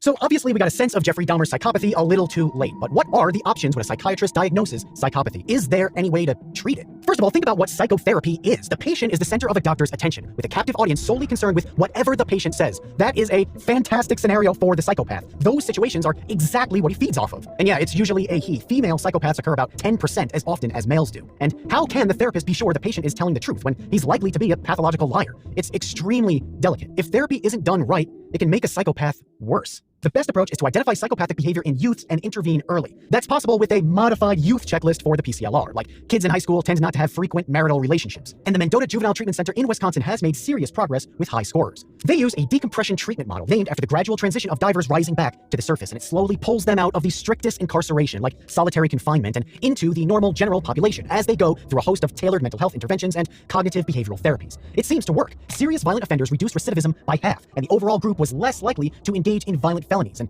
even the kids who did reoffend were out longer before they did. A cost-benefit analysis in the Journal of Research in Crime and Delinquency showed that for every $1 Wisconsin spent on MJ aren't very responsive. When we think of psychopaths as being cool, calculated, and unemotional, this is one of the reasons why. And it also means you can be an incredible climber. The documentary Free Solo profiles Alex Honnold, a rock climber who doesn't use ropes or protective equipment. Free solo climbing is being hundreds or thousands of feet up mountains using just your hands and feet. It's hard to believe anyone actually could do this, let alone feel comfortable with it, but scans of Alex's brain show that his fear center doesn't work like ours. If we're peeing our pants trying not to fall to our deaths, Alex is just looking for the next rock to grab onto. Is this the same physiological phenomenon that made Michael Jordan or David Ortiz such clutch performers in basketball or baseball? Are those guys immune to the pressure with their amygdalas just drinking a pina colada on the beach while ours would be exploding? Yeah, probably. And despite possibly sharing this particular quality with Buzzer or start burying bodies in your backyard, Dr. Benjamin Rush was the preeminent physician of the early American era, and he was one of the first to recognize that something really different was happening here. He noticed that injury and brain damage could actually change one's behavior, seemingly shifting their internal moral code. In medical inquiries and observations on diseases of the mind, Rush describes a patient he had who exhibited what we would now call psychopathy. She was addicted to every kind of mischief. Her wickedness had no intervals while she was awake, except when she was kept busy in some steady and difficult employment. In these cases of moral depravity, there is probably an original defective organization in those parts of the body which are occupied by the moral faculties of the mind. as he runs the lab at the Mind Research Network. But he got to start by interviewing and analyzing the brain scans of psychopaths in Canadian prisons, including one inmate he called Bob. In his book, The Psychopath Whisperer, he details one of Bob's criminal endeavors, hiking over the border from Canada to the United States to buy cartons of cigarettes to smuggle back to resell untaxed. Pretty standard low-level crime stuff, but what Bob did to sell his smuggled smokes shows the difference between psychopaths and us. So let's consider how a criminal might unload his goods. The easiest solution would be to wholesale them to a middleman, and then that guy does the tedious work of selling each carton. It's not a bad solution. You'd make your money and then you're ready for another trip over the border. But a psychopath can do better than that. The obvious customer base for cigarettes is smokers. They're your target market here anyway, so you sell directly to all the smokers that you can find, then rinse and repeat. It makes perfect sense, but it wouldn't occur to a psychopath to do it that way. There's got to be a more lucrative option, like selling to underage kids. They'd have a hard time getting smokes on their own, so maybe there's a thriving black market waiting to be tapped. And this starts to hint at a psychopath's lack of moral compass. He just wouldn't care that he was potentially doing harm to kids. But that's still not good enough for a real psychopath, and what Bob actually did demonstrates the psychopath's total comfort with serious depravity if it makes utilitarian sense. Bob's preferred customer was someone who couldn't walk into a convenience store and buy a pack, or even ask someone else to buy for them. Someone who really shouldn't be smoking. Someone who would be ashamed to be seen buying cigarettes at all, let alone actually smoking them. Someone who would pay way more money for the products than anyone else to avoid all those situations. Bob sold his cigarettes to pregnant women because they paid the most. Not only did he never think twice about the consequences or morals of it, but he was actually pretty proud of identifying the most vulnerable and most profitable customers for his smuggled goods. Bob was a true psychopath. But his callous, dispassionate approach and his total lack of any guilt is only a tiny portion of what constitutes psychopathy. You're going to go to Walmart, then you're going to go to Home Depot, then you're going to go to the meeting. So if you see the same cars, same people everywhere, then you know to abort that and not go to the meeting. You had to learn a lot about detecting lies while in the CIA. Do you have any tips for people watching for how to detect a lie or for how to lie better? Establish what is their baseline. So you have to be able to have a very nonchalant and good conversation with them before you get to the tough questions. Then when you ask what you think might be problematic or might be an area in which they lie, then you see if their body language changes. It creates energy, and so that energy has to spill off their body in some way, shape, or form. So you will see them react. So if I am totally comfortable and suddenly I go like this, right? That's an indicator. It's a natural human response when you're lying, for the most part, for most people, for that stress, that energy to need to escape in some way or try to escape in some way. Their posture will change. They'll keep scooting around on their seats. If a man's wearing a collar, I've dealt with so many sources like this. They started lying to me and they started tugging on their collar like it's choking them. Yeah. And in our line of work, we call that the hangman's noose.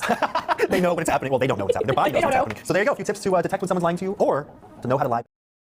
Do you still feel the need to be Like that's not part of the world? That's absolutely true. Now that you're out of the CIA, do you still feel the need to be on guard and alert and watch over your shoulder at every given moment, or have you been able to separate yourself from that part of your life? It's so natural now that you just do it. It doesn't take a lot of effort. My address is not anywhere. Like you couldn't find my home if you tried, just because I don't own my home. It's an LLC. It's wrapped in trust. Right. My address is not any document, so I'm still making sure that my privacy is taken care of. Is that why there are no windows behind you to be seen with your very clear location behind you out the window? I have a good friend of mine who's an FBI agent, and he was gonna come try and visit me once, and I was like, I don't give out my address to anybody. And he said, I can just find you. He went through everything, couldn't find my address, so finally he called me. He was close by my town. I was like, all right, here's how you get to my house. So you drive for 3 minutes. You see the big tree on the right. When you counted the tree with the 3 apples, you know you've gone too far. Precisely. You read the email. The one thing that you can never turn off is reading other people, because when you deal with so many people who lie and fabricate and embellish so many bad sources, the worst of the human condition, I don't trust people very easily. And I assume everybody's lying to me until I can prove otherwise. Guilty until proven innocent.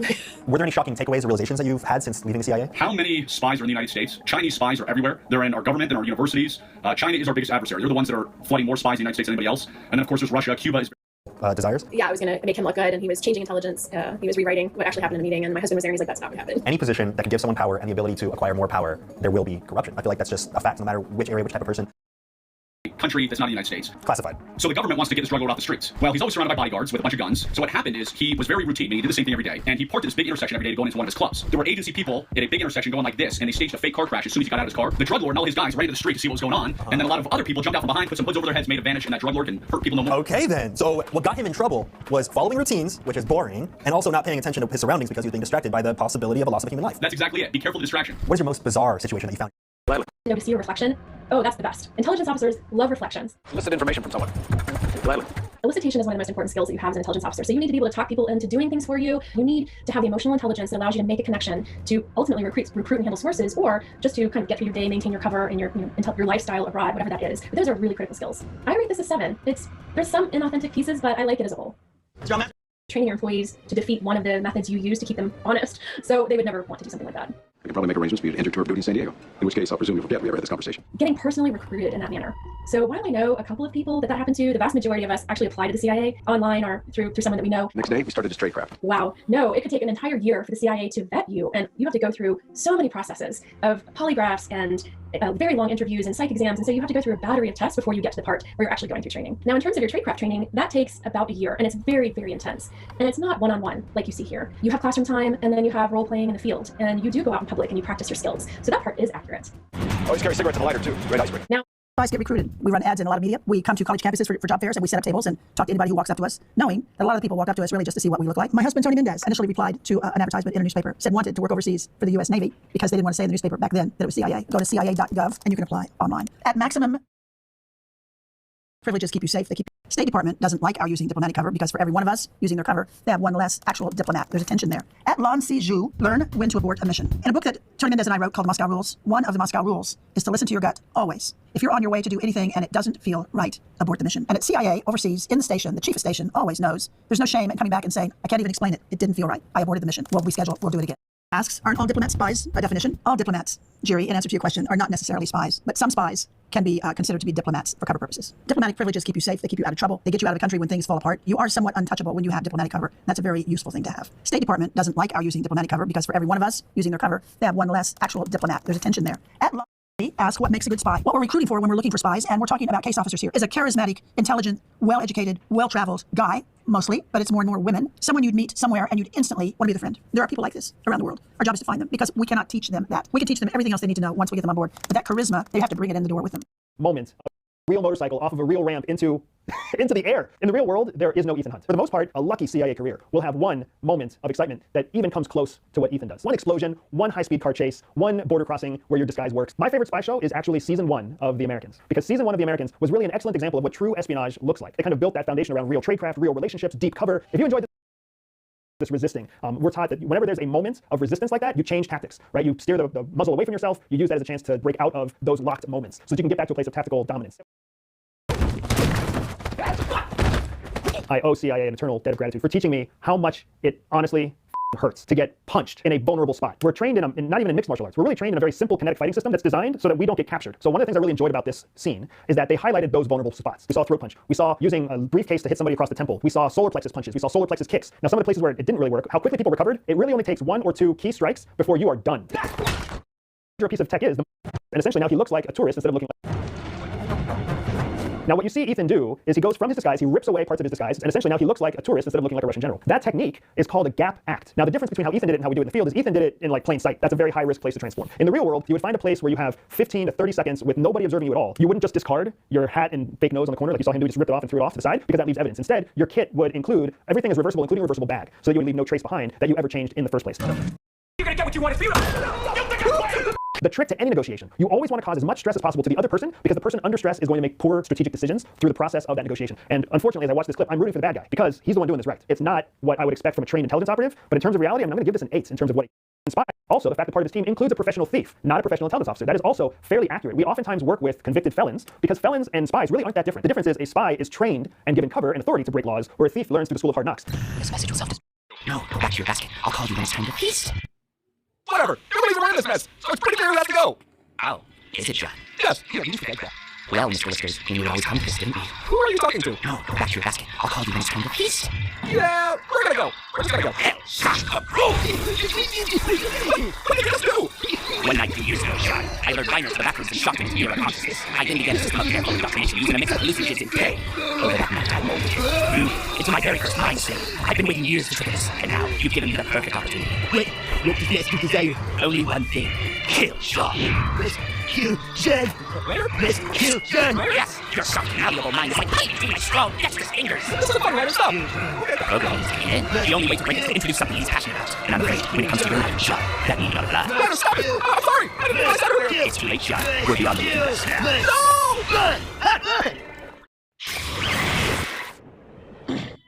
What is this hell? I thought I was one with the darkness, but I see now that I vastly overestimated my powers. How could this be? I was raised in misery, taught from early on that the world was cruel. Yeah, there is some pieces of people. No! My historical drawing is don't! Hold on, Armin, we'll save you! Only 2 allies came to my assistance in my moment of need. Though they were pawns, I vowed to dedicate entire kingdoms to them once this world fell into my grasp. We'll promise to always look after you. As long as you're fine with it. And now, one of them is gone. My dark tendrils failed to protect him from the harsh realities of this world. Perhaps I am not the chosen one. Perhaps I am just another failed prophet.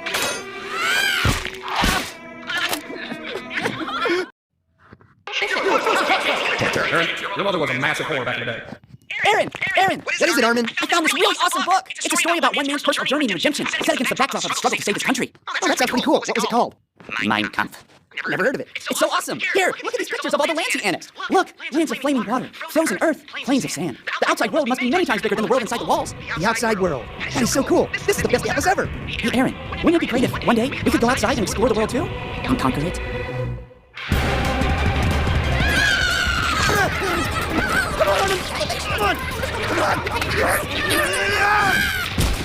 Armin, look into my dirty eyes. You see the world outside these walls? The world promised by your geography books. I hope you see it, Armin. Because I can't. It's too much blood in my eyes. For one day, Armin, I believe you will follow in the footsteps of the explorer who wrote that book. You will be the world's next Adolf Hitler, cartographer extraordinaire. But Aaron, I can't grow facial hair! Khan is a smarmy douchebag whose very voice is the top teacher of the highest defense. Has an obsession with lubricating his beard, probably born out of some situation involving sexual impotence in a nursing home. He also has delusions of running the government, but couldn't run a sweatshop if he had 30 Filipinos and a metric fuck ton of Adderall. Marco. If Khan was bad, well then here's Marco. The two go hand in hand like sobbing kids and alcohol abuse. This particular ass guy has delusions of being God himself. Fancies himself a leader and resolves conflict with cornbread patty cake bullshit that makes me pop a rage burner simply out of spite. Sometimes I beat him just to listen to him cry. Where's your God now, you freckled butt? Where's your God now? And a quiet, stupid bitch, Sasha, a bubble-fucking potato-loving feral dipshit that can't follow a single order. Talks to trees. I tried multiple times to kill her by leaving her miles away in the woods. The wolves keep dragging her broken and scarred body back to camp, almost as if they don't harm her.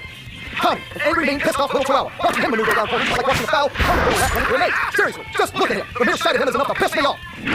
Aaron, a complete and total fuck-up, but unique in his own personal brand of failure. If his sister wasn't around to egg him on, he'd be useless. As it stands, he's a hair above useless. Mikasa, a tactical genius unlike any other our empire has ever seen. In all my years, I have dreamt of having a star people like her, someone who could lead, obey, and destroy with unparalleled superiority. She is truly mankind's hero, a savior even. But she's a woman, bad form. Better, her retarded mouth-wearing fuck-up of epic proportions. I'm 95% sure he is actually a cough in a gorilla and pure concentrated ignorance. And last but not least, Armin. This child is the ultimate culmination of human sin. He is the most terrifying creature I have ever met. Seriously, this kid is fucked. Something is horribly, horribly wrong with him. How someone could have done something so twisted, so foul, so utterly fucked up beyond repair is beyond me. On the plus side, he is intelligent. But seriously, fuck that kid. I don't know where I've been. I'll go to military next year so I can avenge my mother. And your abusive grandfather. Me too, me too. It's settled then. Next year, we take revenge. I put in an order to the Empire to send me a shitload of badasses and killers like murder machines, and instead all I got was you cupcake cupcakes and a side order of fuck nuts. I can tell at a glance at least 50% of you are cocksuckers, and the other 50% are cocksuckers who've never been told to believe in themselves. I'm gonna shove my boots so far. In fact, if you're assholes, it'll trigger a theological event. You all reek of poverty and animal abuse. Every breath you take is a stunning endorsement of abortion. These shit stains are the left masterpieces of failure. You cockgobblers search each other to exhaustion every night. You stand up to get counted out of things and probably cried like sissies when you realize they don't actually have dicks. You're sensitive pussies cry so many tears you can float away on a river of douche canoes. You Twitter-toed cockroach with very deep back fucking fuck nuggets are gonna get your collective anal cavities cut so far apart that you're getting double fifty out of velocity time himself. I will reorganize the failure that is all your lives. I will fuck start your soul. I'll make you mumble a rock chop and undercut scream harder than your mother after a fourth failed killing your abortion. I'm gonna chop off your shriveled balls, put them where your eyes should be, put a sombrero on your head, and beat you like a pinata. Hell, I'll make you 6 minutes to put the Mexicans out of business. But fear not, because in 3 years, I will turn you top monarchs into fuckmasters of galactic destruction. Stupid nerd. Mikasa, you must never. I hope you enjoy this. You're the stronger one now. But one day, I'm gonna grow up, and I'm gonna teach myself how to make chloroform and knock you all out. Then, I'll drag you down into my basement and chain you to the foundation. The first thing you'll see upon waking is me, standing before you as your new god. And then I'll make you worship me in ways no one has before. Give up dogmatism. Try to find out how you know the truth. Try to understand the local politics, the people, the culture. Don't interfere. Sometimes I have main try to really interfere and cause more harm. So when a boss gives an order, it better become a reality. Being the Don gives you power, authority, and respect, and so it's an extremely desired position and the ambition of any mafiosi to one day reach this title.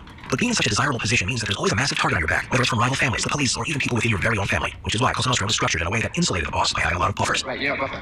The family had a lot of buffers. Quite genius, really. So here's how it worked. The Don can only deal with his underlings through either his consigliere or his underboss, therefore never having to directly ever commit a crime. It's safe to say that this structure works, maybe even too well. Next, we have the consigliere. The consigliere is the right-hand man of the boss. He handles and organizes his meetings, reports any important information provided by the lower ranks, and communicates with the other families. The consigliere often represents the boss in negotiations or any other meetings when possible. They're also primarily responsible to provide counsel and act as an advisor to the Don, being able to talk fairly openly and honestly without any repercussions. The consigliere does not engage directly in the criminal operations of the family and does not command a regime. However, they still are regarded as extremely powerful within the family and viewed as a highly respected position. However, the role of the consigliere and extent of power given can differ depending on the boss and his relationship with the consigliere. In the world of the Godfather, Don Vito Corleone heavily relied on his consigliere in all matters. Although Tom was not as equipped with the skills necessary for him to be on the level of a Sicilian consigliere, such as Genco Abadando, he still was, however, an excellent example of what a consigliere should be like. He was the perfect peacetime consigliere, utilizing his extensive knowledge of the law and having studied at some of the most prestigious universities in the world, and combined with Sonny Corleone's knowledge of the street, the Godfather was able to have an edge over all the other Dons. But don't get it twisted. In real life, this position was quite revered. During the height of his reign, guess who Lucky Luciano had as consigliere? He's one of the most famous New York gangsters of all time. Some of you might be surprised to hear this, but it was actually Frank Costello, a man who would go on to be one of the most powerful and influential gangsters in American history. Even during his time as consigliere, he had his own businesses and operations that generated him millions of dollars. I don't think the position was in any way as limiting as it might seem. And so when a boss gives an order, it better become a reality. Being the Don gives you power, authority, and respect, and so it's an extremely desired position and the ambition of any mafiosi to one day reach this title. But being in such a desirable position means that there's always a massive target on your back, whether it's from rival families, the police, or even people within your very own family, which is why Cosa Nostra was structured in a way that insulated the boss by having a lot of buffers. Right, yeah, buffer. Family had a lot of buffers. Quite genius, really. So here's how it worked. The Don can only deal with his underlings through either his consigliere or his underboss, therefore never having to directly ever commit a crime. It's safe to say that this structure works, maybe even too well. Next, we have the consigliere. The consigliere is the right-hand man of the boss. He handles and organizes his meetings, reports any important information provided by the lower ranks, and communicates with the other families. The consigliere often represents the boss in negotiations or any other meetings when possible. They're also primarily responsible to provide counsel and act as an advisor to the Don, being able to talk fairly openly and honestly without any repercussions. The consigliere does not engage directly in the criminal operations of the family and does not command a regime. However, they still are regarded as extremely powerful within the family and viewed as a highly respected position. However, the role of the consigliere and extent of power given can differ depending on the boss and his relationship with the consigliere. In the world of the Godfather, Don Vito Corleone heavily relied on his consigliere in all matters. Although Tom was not as equipped with the skills necessary for him to be on the level of a Sicilian consigliere, such as Genco Abogando, he still was, however, an excellent example of what a consigliere should be like. He was the perfect peacetime consigliere, utilizing his extensive knowledge of the law and having studied at some of the most prestigious universities in the world, and combined with Sonny Corleone's knowledge of the street, the Godfather was able to have an edge over all the other Dons. But don't get it twisted. In real life, this position was quite revered. During the height of his reign, guess who Lucky Luciano had as consigliere? He's one of the most famous New York gangsters of all time. Some of you might be surprised to hear this, but it was actually Frank Costello, a man who would go on to be one of the most powerful and influential gangsters of American history. Even during his time as consigliere, he had his own businesses and operations that generated him millions of dollars. I don't think the position was in any way as limiting as it might seem. While keeping the old traditions that were proven to have worked. Luciano knew with the families. But what people don't realize is that a lot of what the commission was founded on and the overall modernizing of Cosa Nostra was not all Luciano's idea. It actually came from his predecessor, Salvatore Maranzano, who had taken many aspects from the Sicilian mafia back home. I know, it gets quite a bit more complicated, but the point is this. Luciano knew how to bring in new ideas that could modernize the organization, all the while keeping the old traditions that were proven to have worked. Take a look at this. This is a chart that shows the structure of how a Fortune 500 company is structured. These companies are built in this way for maximum efficiency and, more importantly, maximum profitability. Now look at this. See the similarities? Maranzano saw Cosa Nostra as the new Roman Empire and himself as its Caesar. But looking past these ideas of grandeur, Lucky saw how effective the structure actually was. The brilliance of this structure really showed in the case of Al Capone, who, despite his Chicago crime empire waging war throughout the streets of the city and abroad, view of what was going down, and that result was devastating by what actually did. I think there's a lesson here we can all take on board. It may not be as sexy as a lot of philosophy, but the simple act of managing our expectations can do wonders for our long-term happiness. And this point is very well demonstrated in White Nights. Plus, there is a huge theme of Dostoevsky book we've not even touched on yet. It is the driving force of our race's life, and also the root cause. Did you ever refuse a contract? Sí. ¿Por qué? Hablo reportero. Porque este tipo de salada, les matan a los reporteros, y si son muchos los que andan en la calle, están marcaseando y matan a uno, y pues, por mucho de que su familia o todos quieran investigar y hacer nada, no pueden hacer nada. Pero en el caso de un reportero, donde un compañero se la hace y se mezcle de lleno, mata a una persona porque mata a una persona. But you know that in currently ongoing in 105 chapters. Okay, you know what, Alex, since I know you're watching this with a twisted smile on your face, I want you to know that there are over 2,000 ways to torture and kill a person, all of which have names. So why I reveal to you, there isn't even a term invented yet. There's been a threat or a promise, but an inevitable law, like gravity. Parties start feeding off each other in a mutually gratifying one-up, one-down fantasy. That's a tough bond to break.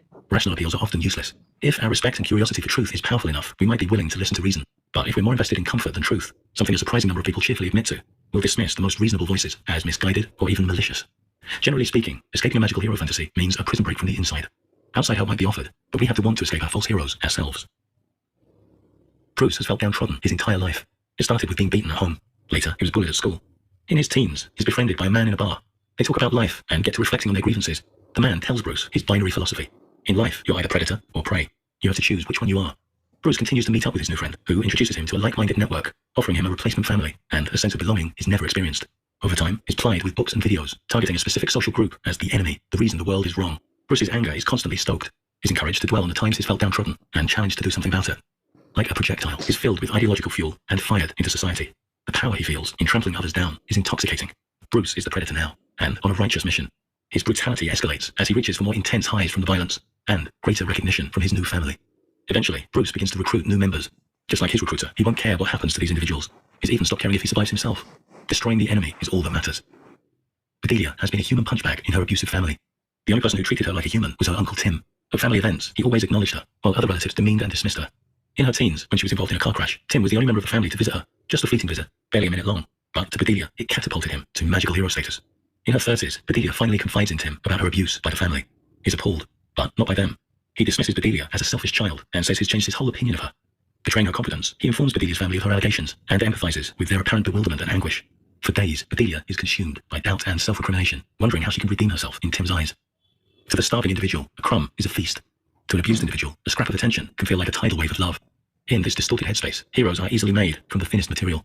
For Bruce, a random sense of belonging was enough to cloud the fact his replacement family were happy to destroy him for their cause. For Bedelia, Tim seemed like a shining star, but only relative to the excessive darkness of the rest of her family. In reality, he actually paid her very little attention. There was no special connection.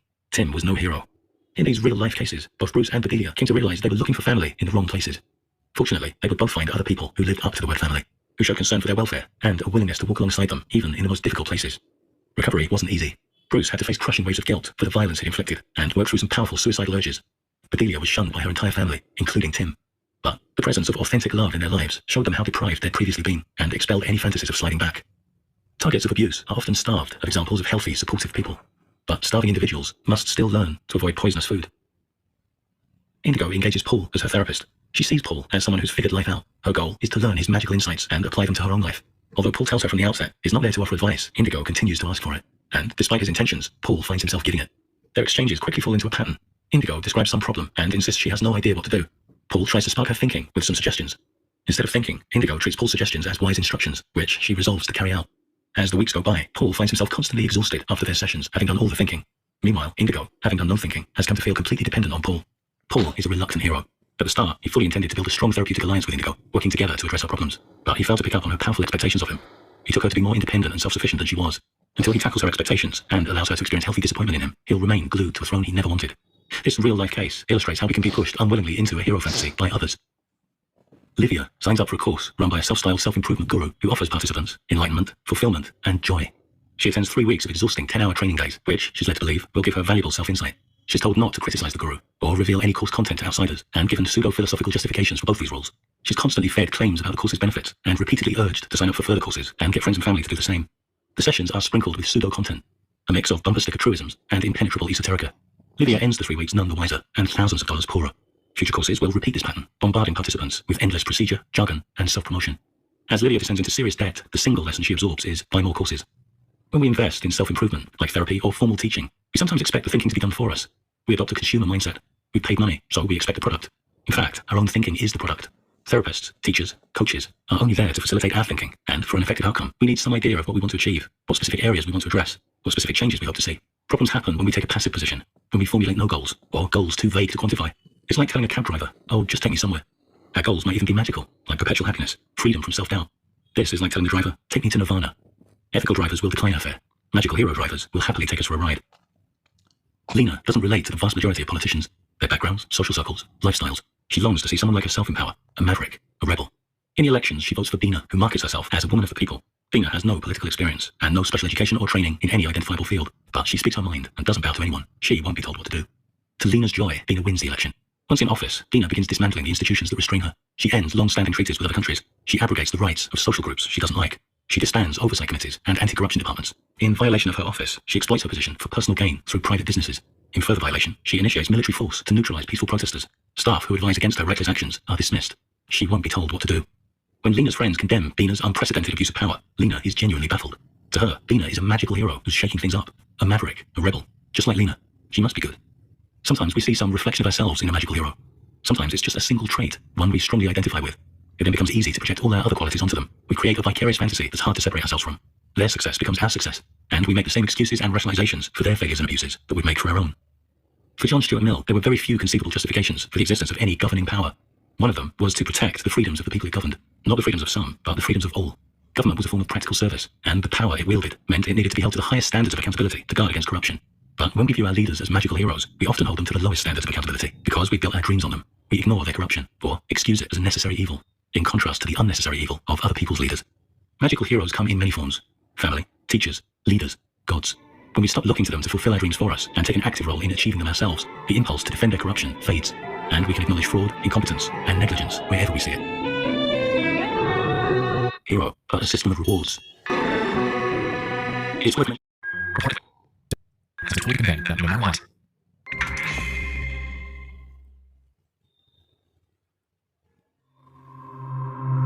Day 1. Students typically rely to Milan during the only 1 hours of the day. Due to the nature of their transport to campus, they are often known to resist their escorts. It's been noted that their capture was designed this way, utilizing their escape attempt against them as a tool to convey that no matter what, they were not getting out of there. And with this came the first steps of dehumanization, instilling the feeling that their basic rights had been robbed of them, in turn making them feel less as a student, and more like a prisoner. This sentiment was taken even further from the activity taken inside the school. Often, the first topic would be dormitory showers, which serves as a tool for robbing each student of their sense of individuality. Reportedly, students like ran into them with constantly their privacy and were demanding to remove all of their clothing and valuable items. After complying, they give them what Lauren calls no-image clothing, which, as the name implies, simply includes a bland, colorless shirt and pants, effectively forcing them into a state of conformity. Following this, each new student will be taken into a common area where they are assigned what Lauren calls a big brother. This, in essence, was a tenured student designated to be a guide. On paper, they were told to help the students adjust to their new life on campus, so someone could hear while educating them on how great and effective the program is. In reality, though, this relationship was far from friendly. It's pretty important that big brothers will often try to deceive their real counterparts, enticing them to run away or break the rules. If the student had properly agreed or attempted to listen to this, the behavior would be reported to school staff, resulting in punishment. As we've seen in studies about the shameful prison treatment, I'm ashamed to see one disbelieving in that idea.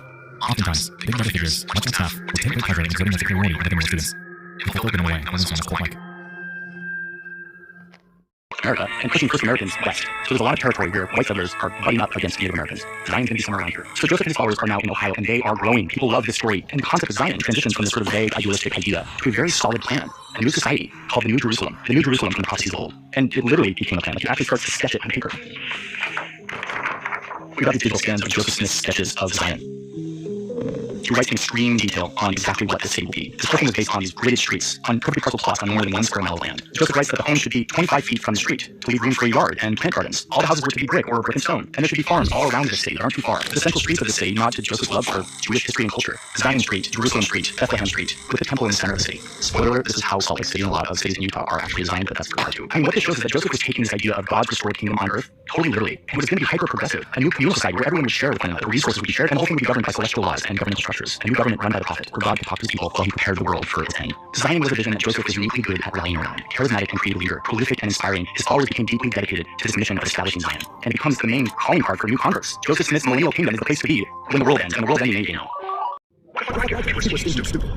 So this guy, I told him my story. He goes, you are the luckiest man in the world. You don't know. They killed for us because they get caught. They say it's on the murder. Always killed for us. They would have definitely buried me in the ground. No one fight because they never let you go into the police. You're the luckiest man in the world. I never am going to make it. Ever. It's hard stuff. The problem with all of it is the same. It doesn't matter if it's in France or anywhere in the world. It's never beautiful people. I thought beautiful women. Genuinely beautiful women. And the problem with all the strangers and stuff, it's never supermodels. Because the girl is that sexually liberal, and she's genuinely hot, she's gonna bury herself. She's not hard to get like end up around 6 or something. And they certainly wouldn't bang random French dudes. Even in the house. Like, they're prostitutes with high special love. They're like sexually liberal and actually hot. So the problem with all swinging, all examples of swinging I've ever seen, is that it's just not hot. So I mean, a couple of girls at 7s, the dudes, but the girls were like 5s and shit. It wasn't hot. It wasn't hot. I don't think for any moment it was 1% allowed. It was 0. To keep people loyal, and for power predictors. For the debates matches the ideology, before in the first place, even without the debates matches the ideology. People can still violently disagree with each other on TV. In fact, it helps with a sense of legitimacy. The only constraint is that the assumed common ground for the debates matches the ideology. Code can help some people to argue about which one's better, so long as people keep making one or two choices. Talking heads on Russian TV can discuss how the war is being fought, just not whether it's being fought in the first place. Even without widespread approval of the people, more and more dictatorships have a wealth of tools available to keep people loyal. And for power predictor system is work on the panopticon. But he didn't invent the panopticon. The idea was first put to paper by the British philosopher Jeremy Bentham. He conceived of a prison where 4 blocks of cells are arranged around a central tower with a 360-degree view.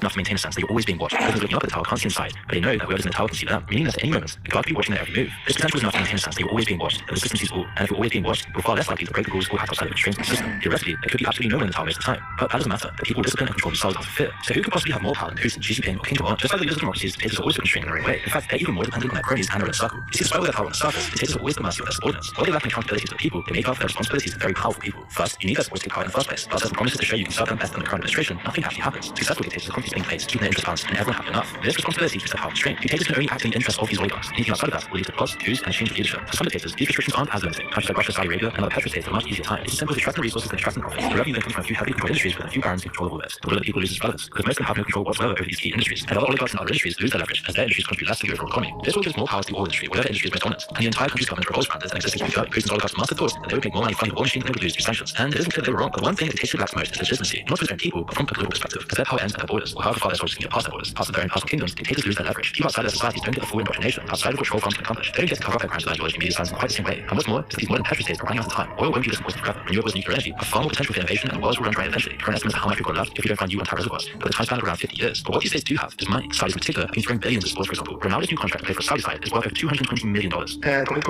empolgado, muito feliz, né, de estar indo pra uma liga nova. É uma nova experiência, um novo desafio. E obviamente que tô empolgado pra fazer isso, cara. Acho que o Cristiano Ronaldo foi o pioneiro em tudo isso. E todo mundo começou meio de louco, né, de se aquilo. E hoje você tá vendo que a liga tá crescendo cada vez mais. People like Neymar and Messi get paid hundreds of millions just for Instagram posts, all expenses included. The Saudis also own Premier League when it's Man City since 2008, and they pretty much bought the entire sport of golf when they bought out the PGA Tour and merged into their own competition. Which is why most media sources say this is all meant to convince us to forget about their human rights violations, or the repression, or the fact that they're a dictatorship. While that might be partially true, it fails to see the bigger picture. Saudi Arabia are trying to buy sports themselves. They're not looking for some sort of crossy laws from the people. They want to see the real human power, the cultural power. They want to control an industry that won't grow up in 50 years' time, or get replaced before it even happens. So they come to an industry where money is all that matters. Come on, many other industries are investing in right now. Real estate businesses around the world, media companies like Vice, and of course sports. Whether this will work is a whole other question. But then who's really at the top of the pyramid of power here? Well, the Saudis understand that true power lies not within money, but with the control over the industries that create it. These are the people who are truly at the top of the pyramid, the leaders of the industries. They're not any one group of people. They exist in a class and are one of their own. They own the factories, the offices, the entire economy. They've owned it and controlled it for hundreds of years. Politicians and dictators come and go, but the industrial, banking, corporate elites always remain in their positions. The whole society can change, and they're always in power. Germany's government ripped out roots and stem after World War II, and yet the Rothschilds, Ferdinand Porsche, and his company Volkswagen always survived. Crop still lived on despite giving Germany's war machine. They're not limited by borders or countries or allegiances. They play both sides. The Rothschilds were taken down by the Nazis, and then reappeared controlling supplies across the world. These people don't don't pay taxes. The money sits in offshore accounts of fake charities. Loopholes are kept open and laws are enforced. People say write the laws, lobbying isn't everything they want. They might not be able to invade countries, or why would they need to? One phone call and any world leader set their becking call. Plus, all of their motivations are roughly the same, to keep the status quo. They're the ones who create the system we live in today. Modern school systems, all funded and started by Carnegie and other wealthy industrialists. The data that they need comes from the tech companies, because they have majority investments in across the board, keeping their entire industry afloat with their advertising money. These are the people who take the most profits as well. The people who write the tax laws. The people you don't see on TV. The very upper levels of the power structure are occupied by the banks and their owners. We say we are commander-in-chief, but really the commander-in-chief is Larry Fink. Today, the guy running BlackRock is really the president of the United States. If you look at the kind of influence he's got. They're the ones who own parts of the other business companies and their empires. They use their ownership stakes to influence politicians to play games with the financial system, often causing suffering for whoever has to deal with the consequences. People like George Soros famously used his riches and gambled to short the pound in the early 90s. The UK had made a deal, taking the value of the pound to the euro, but Soros suspected it was actually worth far less, and so by buying billions of euros with pounds at the high exchange rate, he triggered a massive devaluing of the currency, making him over £1 billion, but leaving the British people over £3 billion poorer. Nowadays he sits political tampering, pouring hundreds of millions into various democratic groups. I mean, just recently he funneled over $140 million for a non-profit into the Democrats, on top of $170 million coming from his own accounts. BlackRock and Vanguard have pioneered a new method to turn money into power. As asset managers, they offer companies and regular people a chance to invest in a whole range of different funds and industries. The catch is, they choose which companies get money, and their investments around their ownership stakes in the companies they choose, giving them huge influence across the board, because they're using to push their own economic and political agenda. BlackRock controls over $9 trillion in assets, invested in around 18,000 companies across the globe, and CEO of BlackRock writes increase in assets to CEOs makes clear the endgame, writing that the pandemic, the economic crisis, and all other problems of the world have made people far less trusting of institutions. He's not wrong, but this conclusion is far more worrying. As Fink states, rather hopefully that, quote, employees are increasingly looking to their employer as the most trusted, competent, and ethical source of information, more so than governments, the media, and NGOs. And I'm not sure if you trust the CEO more than a charity, but it reflects how the power can shift across corporations and businesses for quite some time. And if you own all of these businesses by owning the money, you then control the narrative, and people trust you the most. This is why these people own the government, they own the media, they're privatizing every part of your life, monetizing your soul. The only thing they don't own is respect and allegiance to the people. Yet they do control the culture. They're at the very top of the power structure that makes up society. They determine the habitus, the cultural values where you live. And so that makes them the only people more powerful than dictators, technocrats, and politicians. Below that is the rest of us, who live with no hope of upward movement. However, one of their only weaknesses is how bad they are at keeping their decadence and are seen privatized away from the public eye. People sometimes call them out. Their ESG scores being scrutinized everywhere online. And if you check out our video on the most great crimes of the rich, you can see just what they've been doing in their free time with all this power. And if you're interested in discussing these things with like-minded power, the answer seems pretty simple. But it's a little more complicated than that. Because to figure out the type of world's true place in the power structure, we need to look a little deeper. Knowledge isn't simply power. You need the ability to act on knowledge and take advantage of it, benefits at all. Instead, we can properly explain the relationship using the French philosophy of Cal and his idea of power knowledge. In the natural world, it's a simple truth that might makes right. The large animals eat the smaller ones. The predators eat the prey. And it's clear who the top dog is. How it works this way in modern society as well, or at least to an extent. The government, which you can usually find in the largest, most imposing buildings in the capital, use their police and army to impose their laws. But ruling through brute strength isn't what keeps the society running. Ruling solely through violence inevitably leads to revolution. Once we're subjects and weakness. If you want a long-lasting society, then you need people to police themselves. The modern state wants conformity above everything else. And to see how the state makes people perform, Foucault started in the school system. It's generally accepted that the school system's purpose is to give people the knowledge they need to get by in society. But this doesn't explain the rigid structures and doctrines that define them. Children don't learn any better if you make them wake up way too early, put them in all-engrossing classrooms, demasculated, and tracking their day and tight schedule. Instead, these measures are put in place to train kids to work within the power structures of society. The routine mirrors the work they had at a factory. In fact, this is where most school systems come from people like Andrew Carnegie, who pioneered the system by pouring untold millions into these schools. The schedule then trains them to segregate their lives into a timetable of work. The bell that rings for every period is just a version of the factory whistle. Kids are then rewarded with symbolic gestures for obedience. Just like in the workplace, each specific subject gets 1 hour a day at best, and every lesson teaches children conformity and surrender to the system and gets in a factory. This isn't necessarily a great evil, but will always be powered by the most hierarchies. They're not going anywhere. They're throughout nature. A society full of unindoctrinated non-conformists would never function at all. But the system isn't just in place for the greater good of society. It furthers the desires of the powerful, much more than the children who are subject to it. So where's knowledge's place in all of this? Well, according to Foucault, within school and wider society, knowledge is completely controlled by power. This is the essence of power knowledge. The fact that what's true is dictated by power. Powerful control is voiced in an essence, or the textbooks say in which aspects of the world we're teaching people about. The news and media, the algorithms control the knowledge. They decide whether something is true or whether something is misinformation. And the most important part of power knowledge is how it relates to people. When people leave each level of school, they get turned into a piece of knowledge. You become an amalgamation of your exam results and your record of behavior. These always determine your place and role in society. And if you're indoctrinated enough, they become part of your self-identity. The more detailed and extensive the system's knowledge of you is, the more easily it can control you. This is the role that tech billionaires play. They are the brokers of this knowledge, selling it to the rest of the powerful for a profit. Google message platforms are the next level in this. They can play on your desires and sell you the right products to keep you in a cycle of working and spending. They know what keeps you entertained in your off time, feeding you the right content to keep you docile and complacent. More than this, they control the ways people get information and go knowledge in the modern world. But as for the actual power within the pyramid, these tech billionaires aren't well high up. They're new to the game, and they're still the mercy of more powerful institutions and people. They don't have the legitimacy and reputation that people higher up in the power structure have. They can't change the nature of society they live in. The only thing they have going for them is their ludicrous wealth. But even this is somewhat of an illusion. There's people that are far more wealthy than the tech billionaires, but don't just take it from me. They'll readily admit it. Being a network of 230 billion roughly, being perceived as the richest person on Earth. Well, I think Britain is significantly rich. You really do, yeah. But money is only as good as what you can use it for. When combined with political power, though, you can achieve almost anything. And Putin has both. His actual net worth is pretty much immeasurable. It's doubtful there's really a line or a clear distinction between his wealth and Russians. People point to his luxury villas, yachts, and other I've been trying to lose weight recently. What did you just say, bitch? No food. I got no deal sandwich and a box of apple juice while looking at how techy my son is. Honestly, sounds like a vibe. What a motivation of hundreds is one of those things that can really motivate people. There's this old classic quote that says something like, we're only 2 hot noodles away from complete anarchy. And that's kind of true. If you've ever been super hungry, there's a certain craving or drive that enters your body that is kind of animalistic. So yeah, good stuff. Empire 3 absolutely hates him. And what Jack has seen in this real life parallel, if I had that social PD, I may think I'm special enough and charming enough that I can abuse and mistreat people and they will always be there for me. I can get away with this forever. And Jack, his relationship with all these characters and with kids and everybody, I value them, but I don't care about them. I value them for what they can give me, I value them for companionship, but he loses everybody because his selfish, manipulative deceitfulness finally catches up to him. He's like, fine, nobody likes me, everybody hates me, I'll just be immortal. I'll be Captain Flying Dutchman, where nobody believes. But his conscience has been tricked by how he's mistreated everybody and how he's lost everybody because they don't like him anymore hanging to this.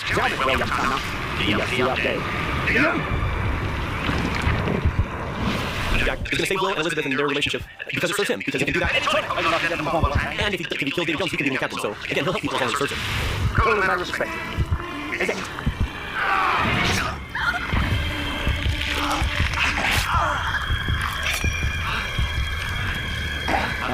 And the movie full of twists. That was actually one I didn't see coming, and I really liked it.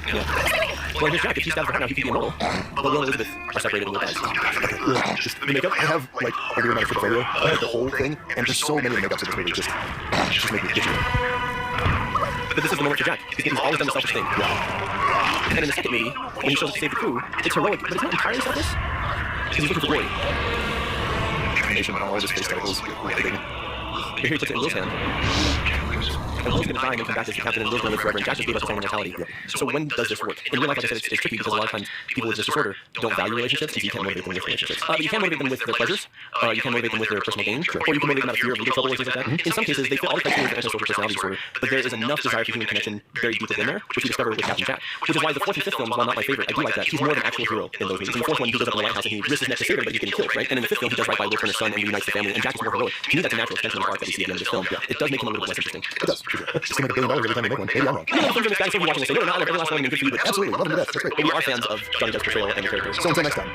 And doesn't feel able to connect with those on the other side of the issue. So the TLDR is that if you feel like it's a really lonely time out there and it's bizarrely hard to make connections with your fellow humans on any basic level, you're right. We are more fractured and divided than ever everywhere we turn. That's because institutions around us that used to give us connection and identity are crumbling. So what then do we do? In a time when we really want to feel connected with something, what's the thing that'll help make us feel connected? How do you possibly beat a series of systems that keep us siloed? Well, ironically, from the place where we started this episode, stories. Whether that's in YouTube videos, movies, TV, video games, wherever, hearing other people's genuine stories about what they're going through makes us feel connected to them. It helps us understand that other people are going through what we're going through. It helps us to feel like we're not alone. It helps us feel seen. One of the most popular movies of the last year has been Puss in Boots: The Last Wish. Hugely, inexplicably popular. Except what's it about? Well, the theme is identity. It's about being lonely. It's about finding your place in your relationship with someone else when the identity you thought you had crumbles away. Go figure, kind of matches what we're talking about. Or how about the biggest movie of the year, Barbie? You know the story about a person, a doll thing in a world where their role used to be clear cut, now she doesn't know what her place is anymore, what her identity is, which is left her feeling, stay with me now, lonely and isolated. And she finds herself in the end by being a woman. And there's that big speech in there about how hard it is to be a mother and a woman, and how there's so many expectations. Oh my gosh, it's almost like this whole movie is relatable. The stories that now cut through the noise don't shy away from this splintered feeling. Instead, they face those feelings head on. Authenticity and honesty about the one universal that we all feel, loneliness, is actually what's helping to unite us. YouTube, which has been the world's most frantic viewing experience for the last 3 years, is just now fully finding itself swinging in the opposite direction. Simple conversations with voice critical about current events, human experiences like eating with Eddie Burback and 10 minutes in at Margaritaville, the lonely man's cuisine. Investing in human stories is feeling refreshing again. Even Mr. Beast has openly talked about pulling back from his ADHD-inducing editing style to a narrative format where he sounds more human and allows an actual story to unfold in his videos because that's what's keeping people engaged, rather than just more and more suitcases of money opening up every 10 seconds. Will this instantly solve all our problems? The root cause that makes us feel so divided? How about feeling great and making lots of friends and have air-raiding sleepovers soon? Definitely not. If there's a recognition out there that talking to real people, telling real stories, and being honest about where we are pays off. While in this phase of splintered existence, seek out the real great stories that feel honest to where you are right now. Don't be afraid to talk about what it's like to be lonely, and do it in increments that are longer than 3 seconds. You can even go out on a limb and not set it to a trending sound. It's not guaranteed that everyone else you know will see the same things you will, watch the same movies you will, play the same games, or have the same experiences, but the important thing is that by watching and sharing stories that are real and relatable, we'll start a new pop cultural trend built on what it means to be human, with all the ups and downs that that entails. You know what? It's not a bad place to start. But hey, that's just a theory.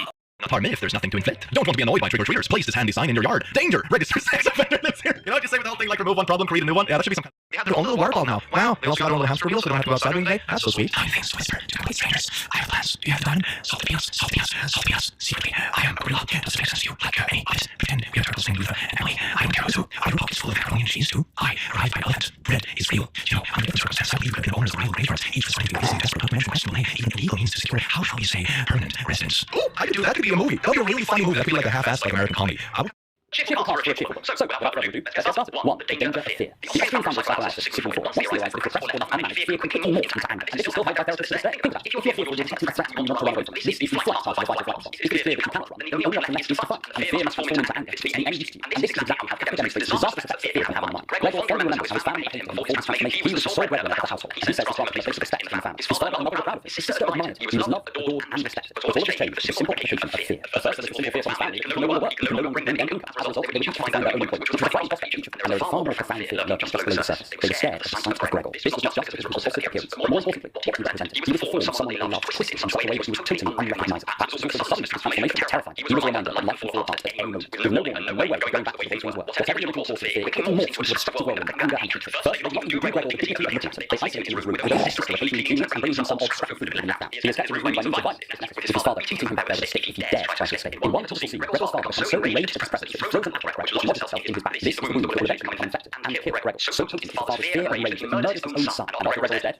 families in society, the source of their fear is back. After the brief mourning period, they rejoice that Little is gone from their lives, and they scurry off to another place, moving on to the past. Captivated does a wonderful job showing a truly ugly part of human nature, offering the things we fear and thus strike out against. But not done anything wrong. We genuinely fear things that are unfamiliar to us and threatening in some way. Whether that is intentional or not, Gregor's father fears Gregor because if anyone would see the people, they would think of the family as unclean. But that's hardly Gregor's fault. Language of fear did turn to anger and hatred from the father's mind, and the exact same thing can happen to us. I don't think it's being so suggestive to say that fear and anger are always bad. After all, if somebody's trying to in the streets, then fear and anger occur through original substance. He doesn't. Neither fear nor anger mean rash. We should be aware of the effects they can have, both on those around us and on ourselves. So what Gregor's own feelings? Well, that's what we shall move on to next. If you want more on philosophy and the art of learning, some great main notes, related to literature, to society.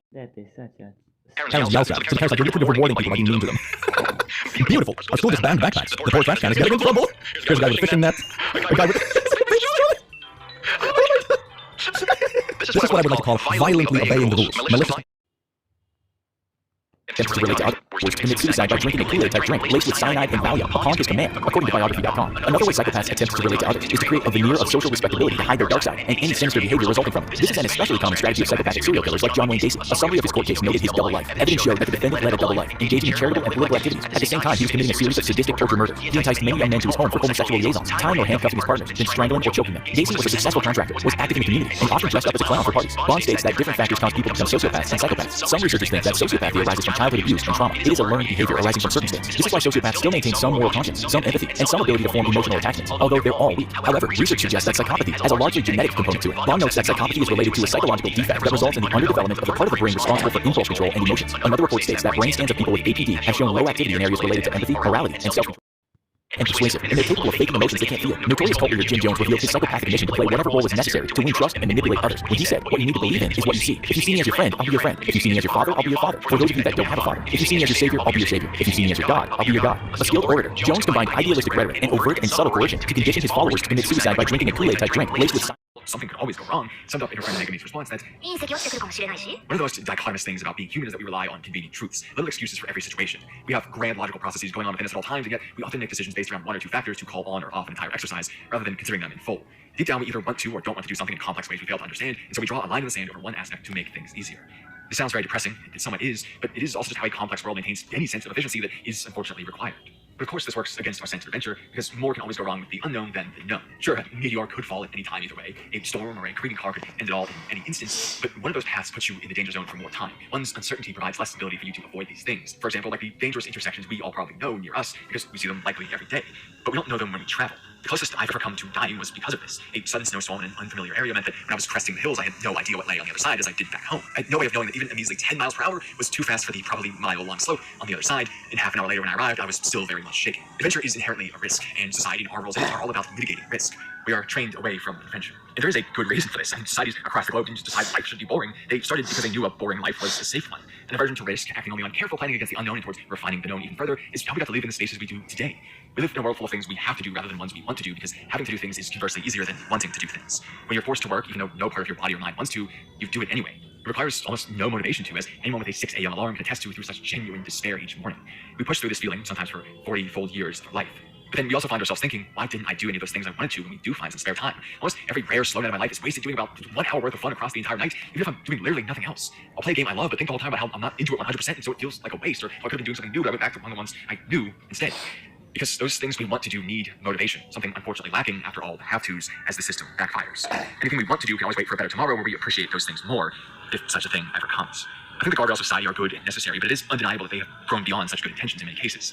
They led to a world which is built on the feeling of wasted youth, preparation for the future over living in the moment. It is also because our own fear of something more complicated than just simple risk is pushing us towards these excuses. Physical risks are devastating, and there is no understating just how much they can impact our lives. A random accident can completely alter and, of course, even end a life in an instant. But we also all know that the fears of the abstract, of the others, and the judgments of the future, of all these things run abound in the mind to cause havoc, never having a definitive end as physical fears do. If you're afraid of heights, you can avoid them for the most part. If you break a bone, it heals. But you can't avoid your own mind. It doesn't heal over time itself naturally. It requires work, it requires constant effort in pushing all these things. These abstract fears are with us at all times. When Tamaki is close to adventure but still considering backing out, she sums this up best with the line, because there's a very specific pain that comes with failing at these things, at these fears. If we flounder at a sport or a craft, it comes down to training and physicality. We just haven't gotten our muscles used to what they have to do yet, from the fine stroke of a brush to the intricate motion of a pitch. We know that there's a remedy called practice, and that can be done quietly and alone for the most part, at least while we prepare to show this vulnerable aspect of ourselves to the world in a better and more professional form. But what safe practice is there for living life to the fullest? What tutorial video is there to watch along with to live? When we fail at living life, we've faced what feels like a definitive answer, that we're not cut out for living life itself. It's the underlying aspect of why we do anything, so finding ourselves incapable of it hurts much more than anything else. We never want to confirm that we have not yet learned to live. As such, we often find it better to wish that we had, rather than to risk understanding why we never did. And there's a reason for this. These grand dreams sustain us in what's often a world without satisfaction. In our minds, there's a world where we are fulfilled, and trying to merge it with reality might mean breaking it down, providing proof that, as of yet, it couldn't be real. To maintain the dreams which keep us going, we avoid ever acting on them. We keep them inside and away from harm. Dreams of adventure never allowed to venture out. This is probably the brand of wasted youth that we're familiar with, at least if popular media has anything to say about it. And I know for me, to this day, where I'm coming too close to double the age of some of these characters for comfort, it's a feeling I still know all too well. It's a feeling strong enough that multiple hour-long video essays about it have yet to fix it. That almost 2 years of my life at this point have yet to fix it. Writing words to impact other people whenever they can't see you across time and space is much easier than listening to the own advice that you wrote. That is the pain of a wasted youth, even for the one who speaks about solving it so constantly. But this isn't all wasted youth can be. The reason Tamaki gets a shot at adventure is because of Shirase Kabuchizawa, better known to her classmates as the mocking nickname Antarctica. But the former lacks all motivation to do anything with her time, the latter has nothing but working multiple jobs to fund one dream she's held for years, of course, to reach Antarctica. Her mother was part of a civilian expedition there years before, and her death during one of these put the entire program on hold for 3 years now. However, with their return, Shirase gets her chance at a chance once more. She's not guaranteed, as the adults aren't too keen on taking the teenage child of someone they cared for and lost with them. But either way, an adventure to Antarctica is certainly, well, an adventure. It requires getting to the port where the ship will set sail, working aboard it as you travel, even through the waves that feel like the wrath of some kind of god, before you get to smash through the ice to finally reach the destination, a place where no human lives permanently, and witness sites forbidden to anyone even close to a city, and further ones you can't get anywhere but here. It is endlessly unique. As her mother's book titles it, it is a place further than the universe. This is exactly the kind of thing that Kimari wants to achieve for entrance exams claiming the majority of her life to avoid feeling wasted youth. But we see instantly that the cost of avoiding it may be the very same thing. Shirase is a workaholic outcast with nothing to call her own except this goal. She doesn't even have one kind of bad friend like Kimari, and everyone who joins her in a quest eventually leaves, claiming it impossible for a teenager to get aboard such a dangerous expedition. Every action she takes, every relationship she forms, is centered around this trip. Take away this goal, and is there even a person left underneath? Sure, such a trip is a way to feel fulfilled in life, but it's stolen the past 3 years of it to do so. By the time entrance exams hit, she'll have never done any of the small things that we often see as indicative of youth itself, from convenience store snacks to sloppy karaoke. I certainly wasted my youth in the traditional sense, but I also wouldn't outright trade all the 2-mile walks to the chain store for energy drinks and snacks for one great trip either. Shirase is doing this because it's as close to a need that a want can be. Only by making it to the place where her mother died will she ever feel closure, hoping to put an end to the emotional drift that she's felt since the day that bad news arrived. There's not a single bone in her body screaming to adventure for its own sake, for some idea of making the most out of it before time dictates responsibility. It's just an emotional duty. She has exactly what Tamaki wants, but getting there means giving up everything else that makes her want it to begin with, leaving a childhood that's still, at best, half complete. We see this explained more in Yuzuki Shiraishi, as they shift on Shirase's character. One of the things about living at a time. Why is my teacher role-playing with me in formal email? Post sequencer. Your family trigonometry. It's like a basic math class in anime. Your family trigonometry. No! Good dress saluting about and can come back to you in the sunset of their life with their erectile reflection. Michael Jordan jeans and receding hairline is crazy to me. I mean, this is universal, but it sounds like these words. Oh my god. Dear angry, please judge you about curtains early and can't find a woman willing to date you. The free market has spoken. Oh, that's what you're. I'm not about you. That's a recurring theme. You're not as ugly as me. Come on, look. I know anime manga movies and games play people all the world. But in reality, the whole movie, all the majority, fat thing, forces, disabled, autistic, zits, whatever. Nothing wrong with you. Be it real or imagine, you seem to be alone. And while it's true some features will make it harder to find a partner, not one or combination is impossible. But there is one thing that will make your genetic and romantic future extinct. If you're the sort of person who enters a forum where keywords and scientific beliefs and violent and is regularly promoted and celebrated, and holds regularly for large majority support and all that, it will seep off of you like fire. And frankly, if you can go to those forums and feel at home instead of awkward or disgusted, you're ugly in the place most surgery fits inside. And that will guarantee you down alone. That is the thing in life in general, bitterness, hatred, all these things radiate off you. I know we kind of laugh at like aura and vibrations and that kind of stuff, but personal vibes is very much a real thing. And if you spend too much time in these kind of ideologies and stuff, it will seep off of it. I know, for example, friends I used to have back like 10 years ago or so who got sucked into these kind of rabbit holes and became, for example, very anti-feminist, and it seeped off of them. Like these dudes weren't particularly violent or anything, but it just made them ridiculously unlikable because they were always bitter, they were always complaining about something, always doing this, and then you ask them, bro, you're just sitting at home all day masturbating, playing video games and unemployed. Bro, maybe spend all this energy on yourself first, and that can be harder for people between individuals. Maybe you're dealing with a mental health issue, maybe it's depression, social anxiety, whatever it is, but it starts with you. It's cliche-ish, but sitting wasting your time. It's happening every day. As stop loss does not. It's like hearing about a car accident on the news. You normally don't get reported on every car accident because it happens all the time. However, a plane crashing, even though it's less deadly, they reported everywhere because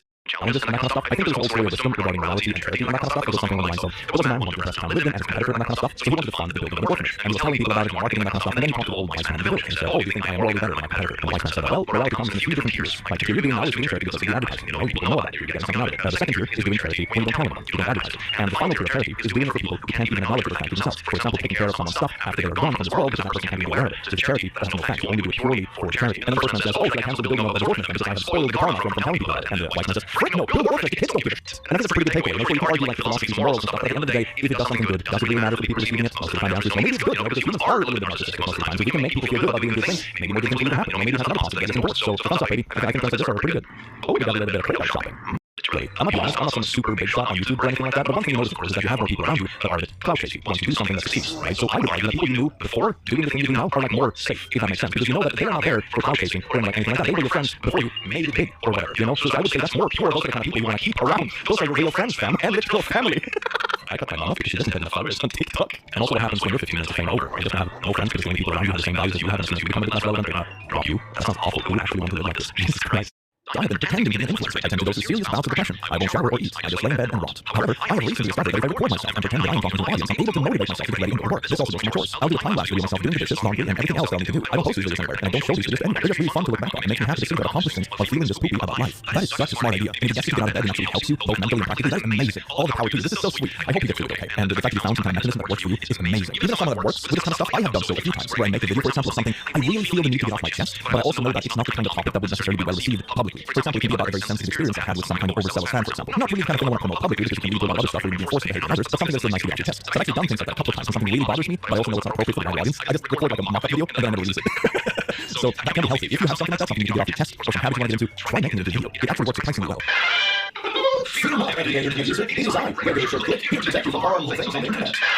Together with my trusted sidekick, Nord Threat Protection. Nord Threat Protection does not only protect you from malware and shady software. In general, if you tell me your biggest problem. I guess on how to manage those big problems. I mean, I can tell you pretty much how successful you are and how happy you are with your life in general if you tell me your biggest problem. If the biggest problem isn't that big of a deal, then I can tell you probably not really doing that much.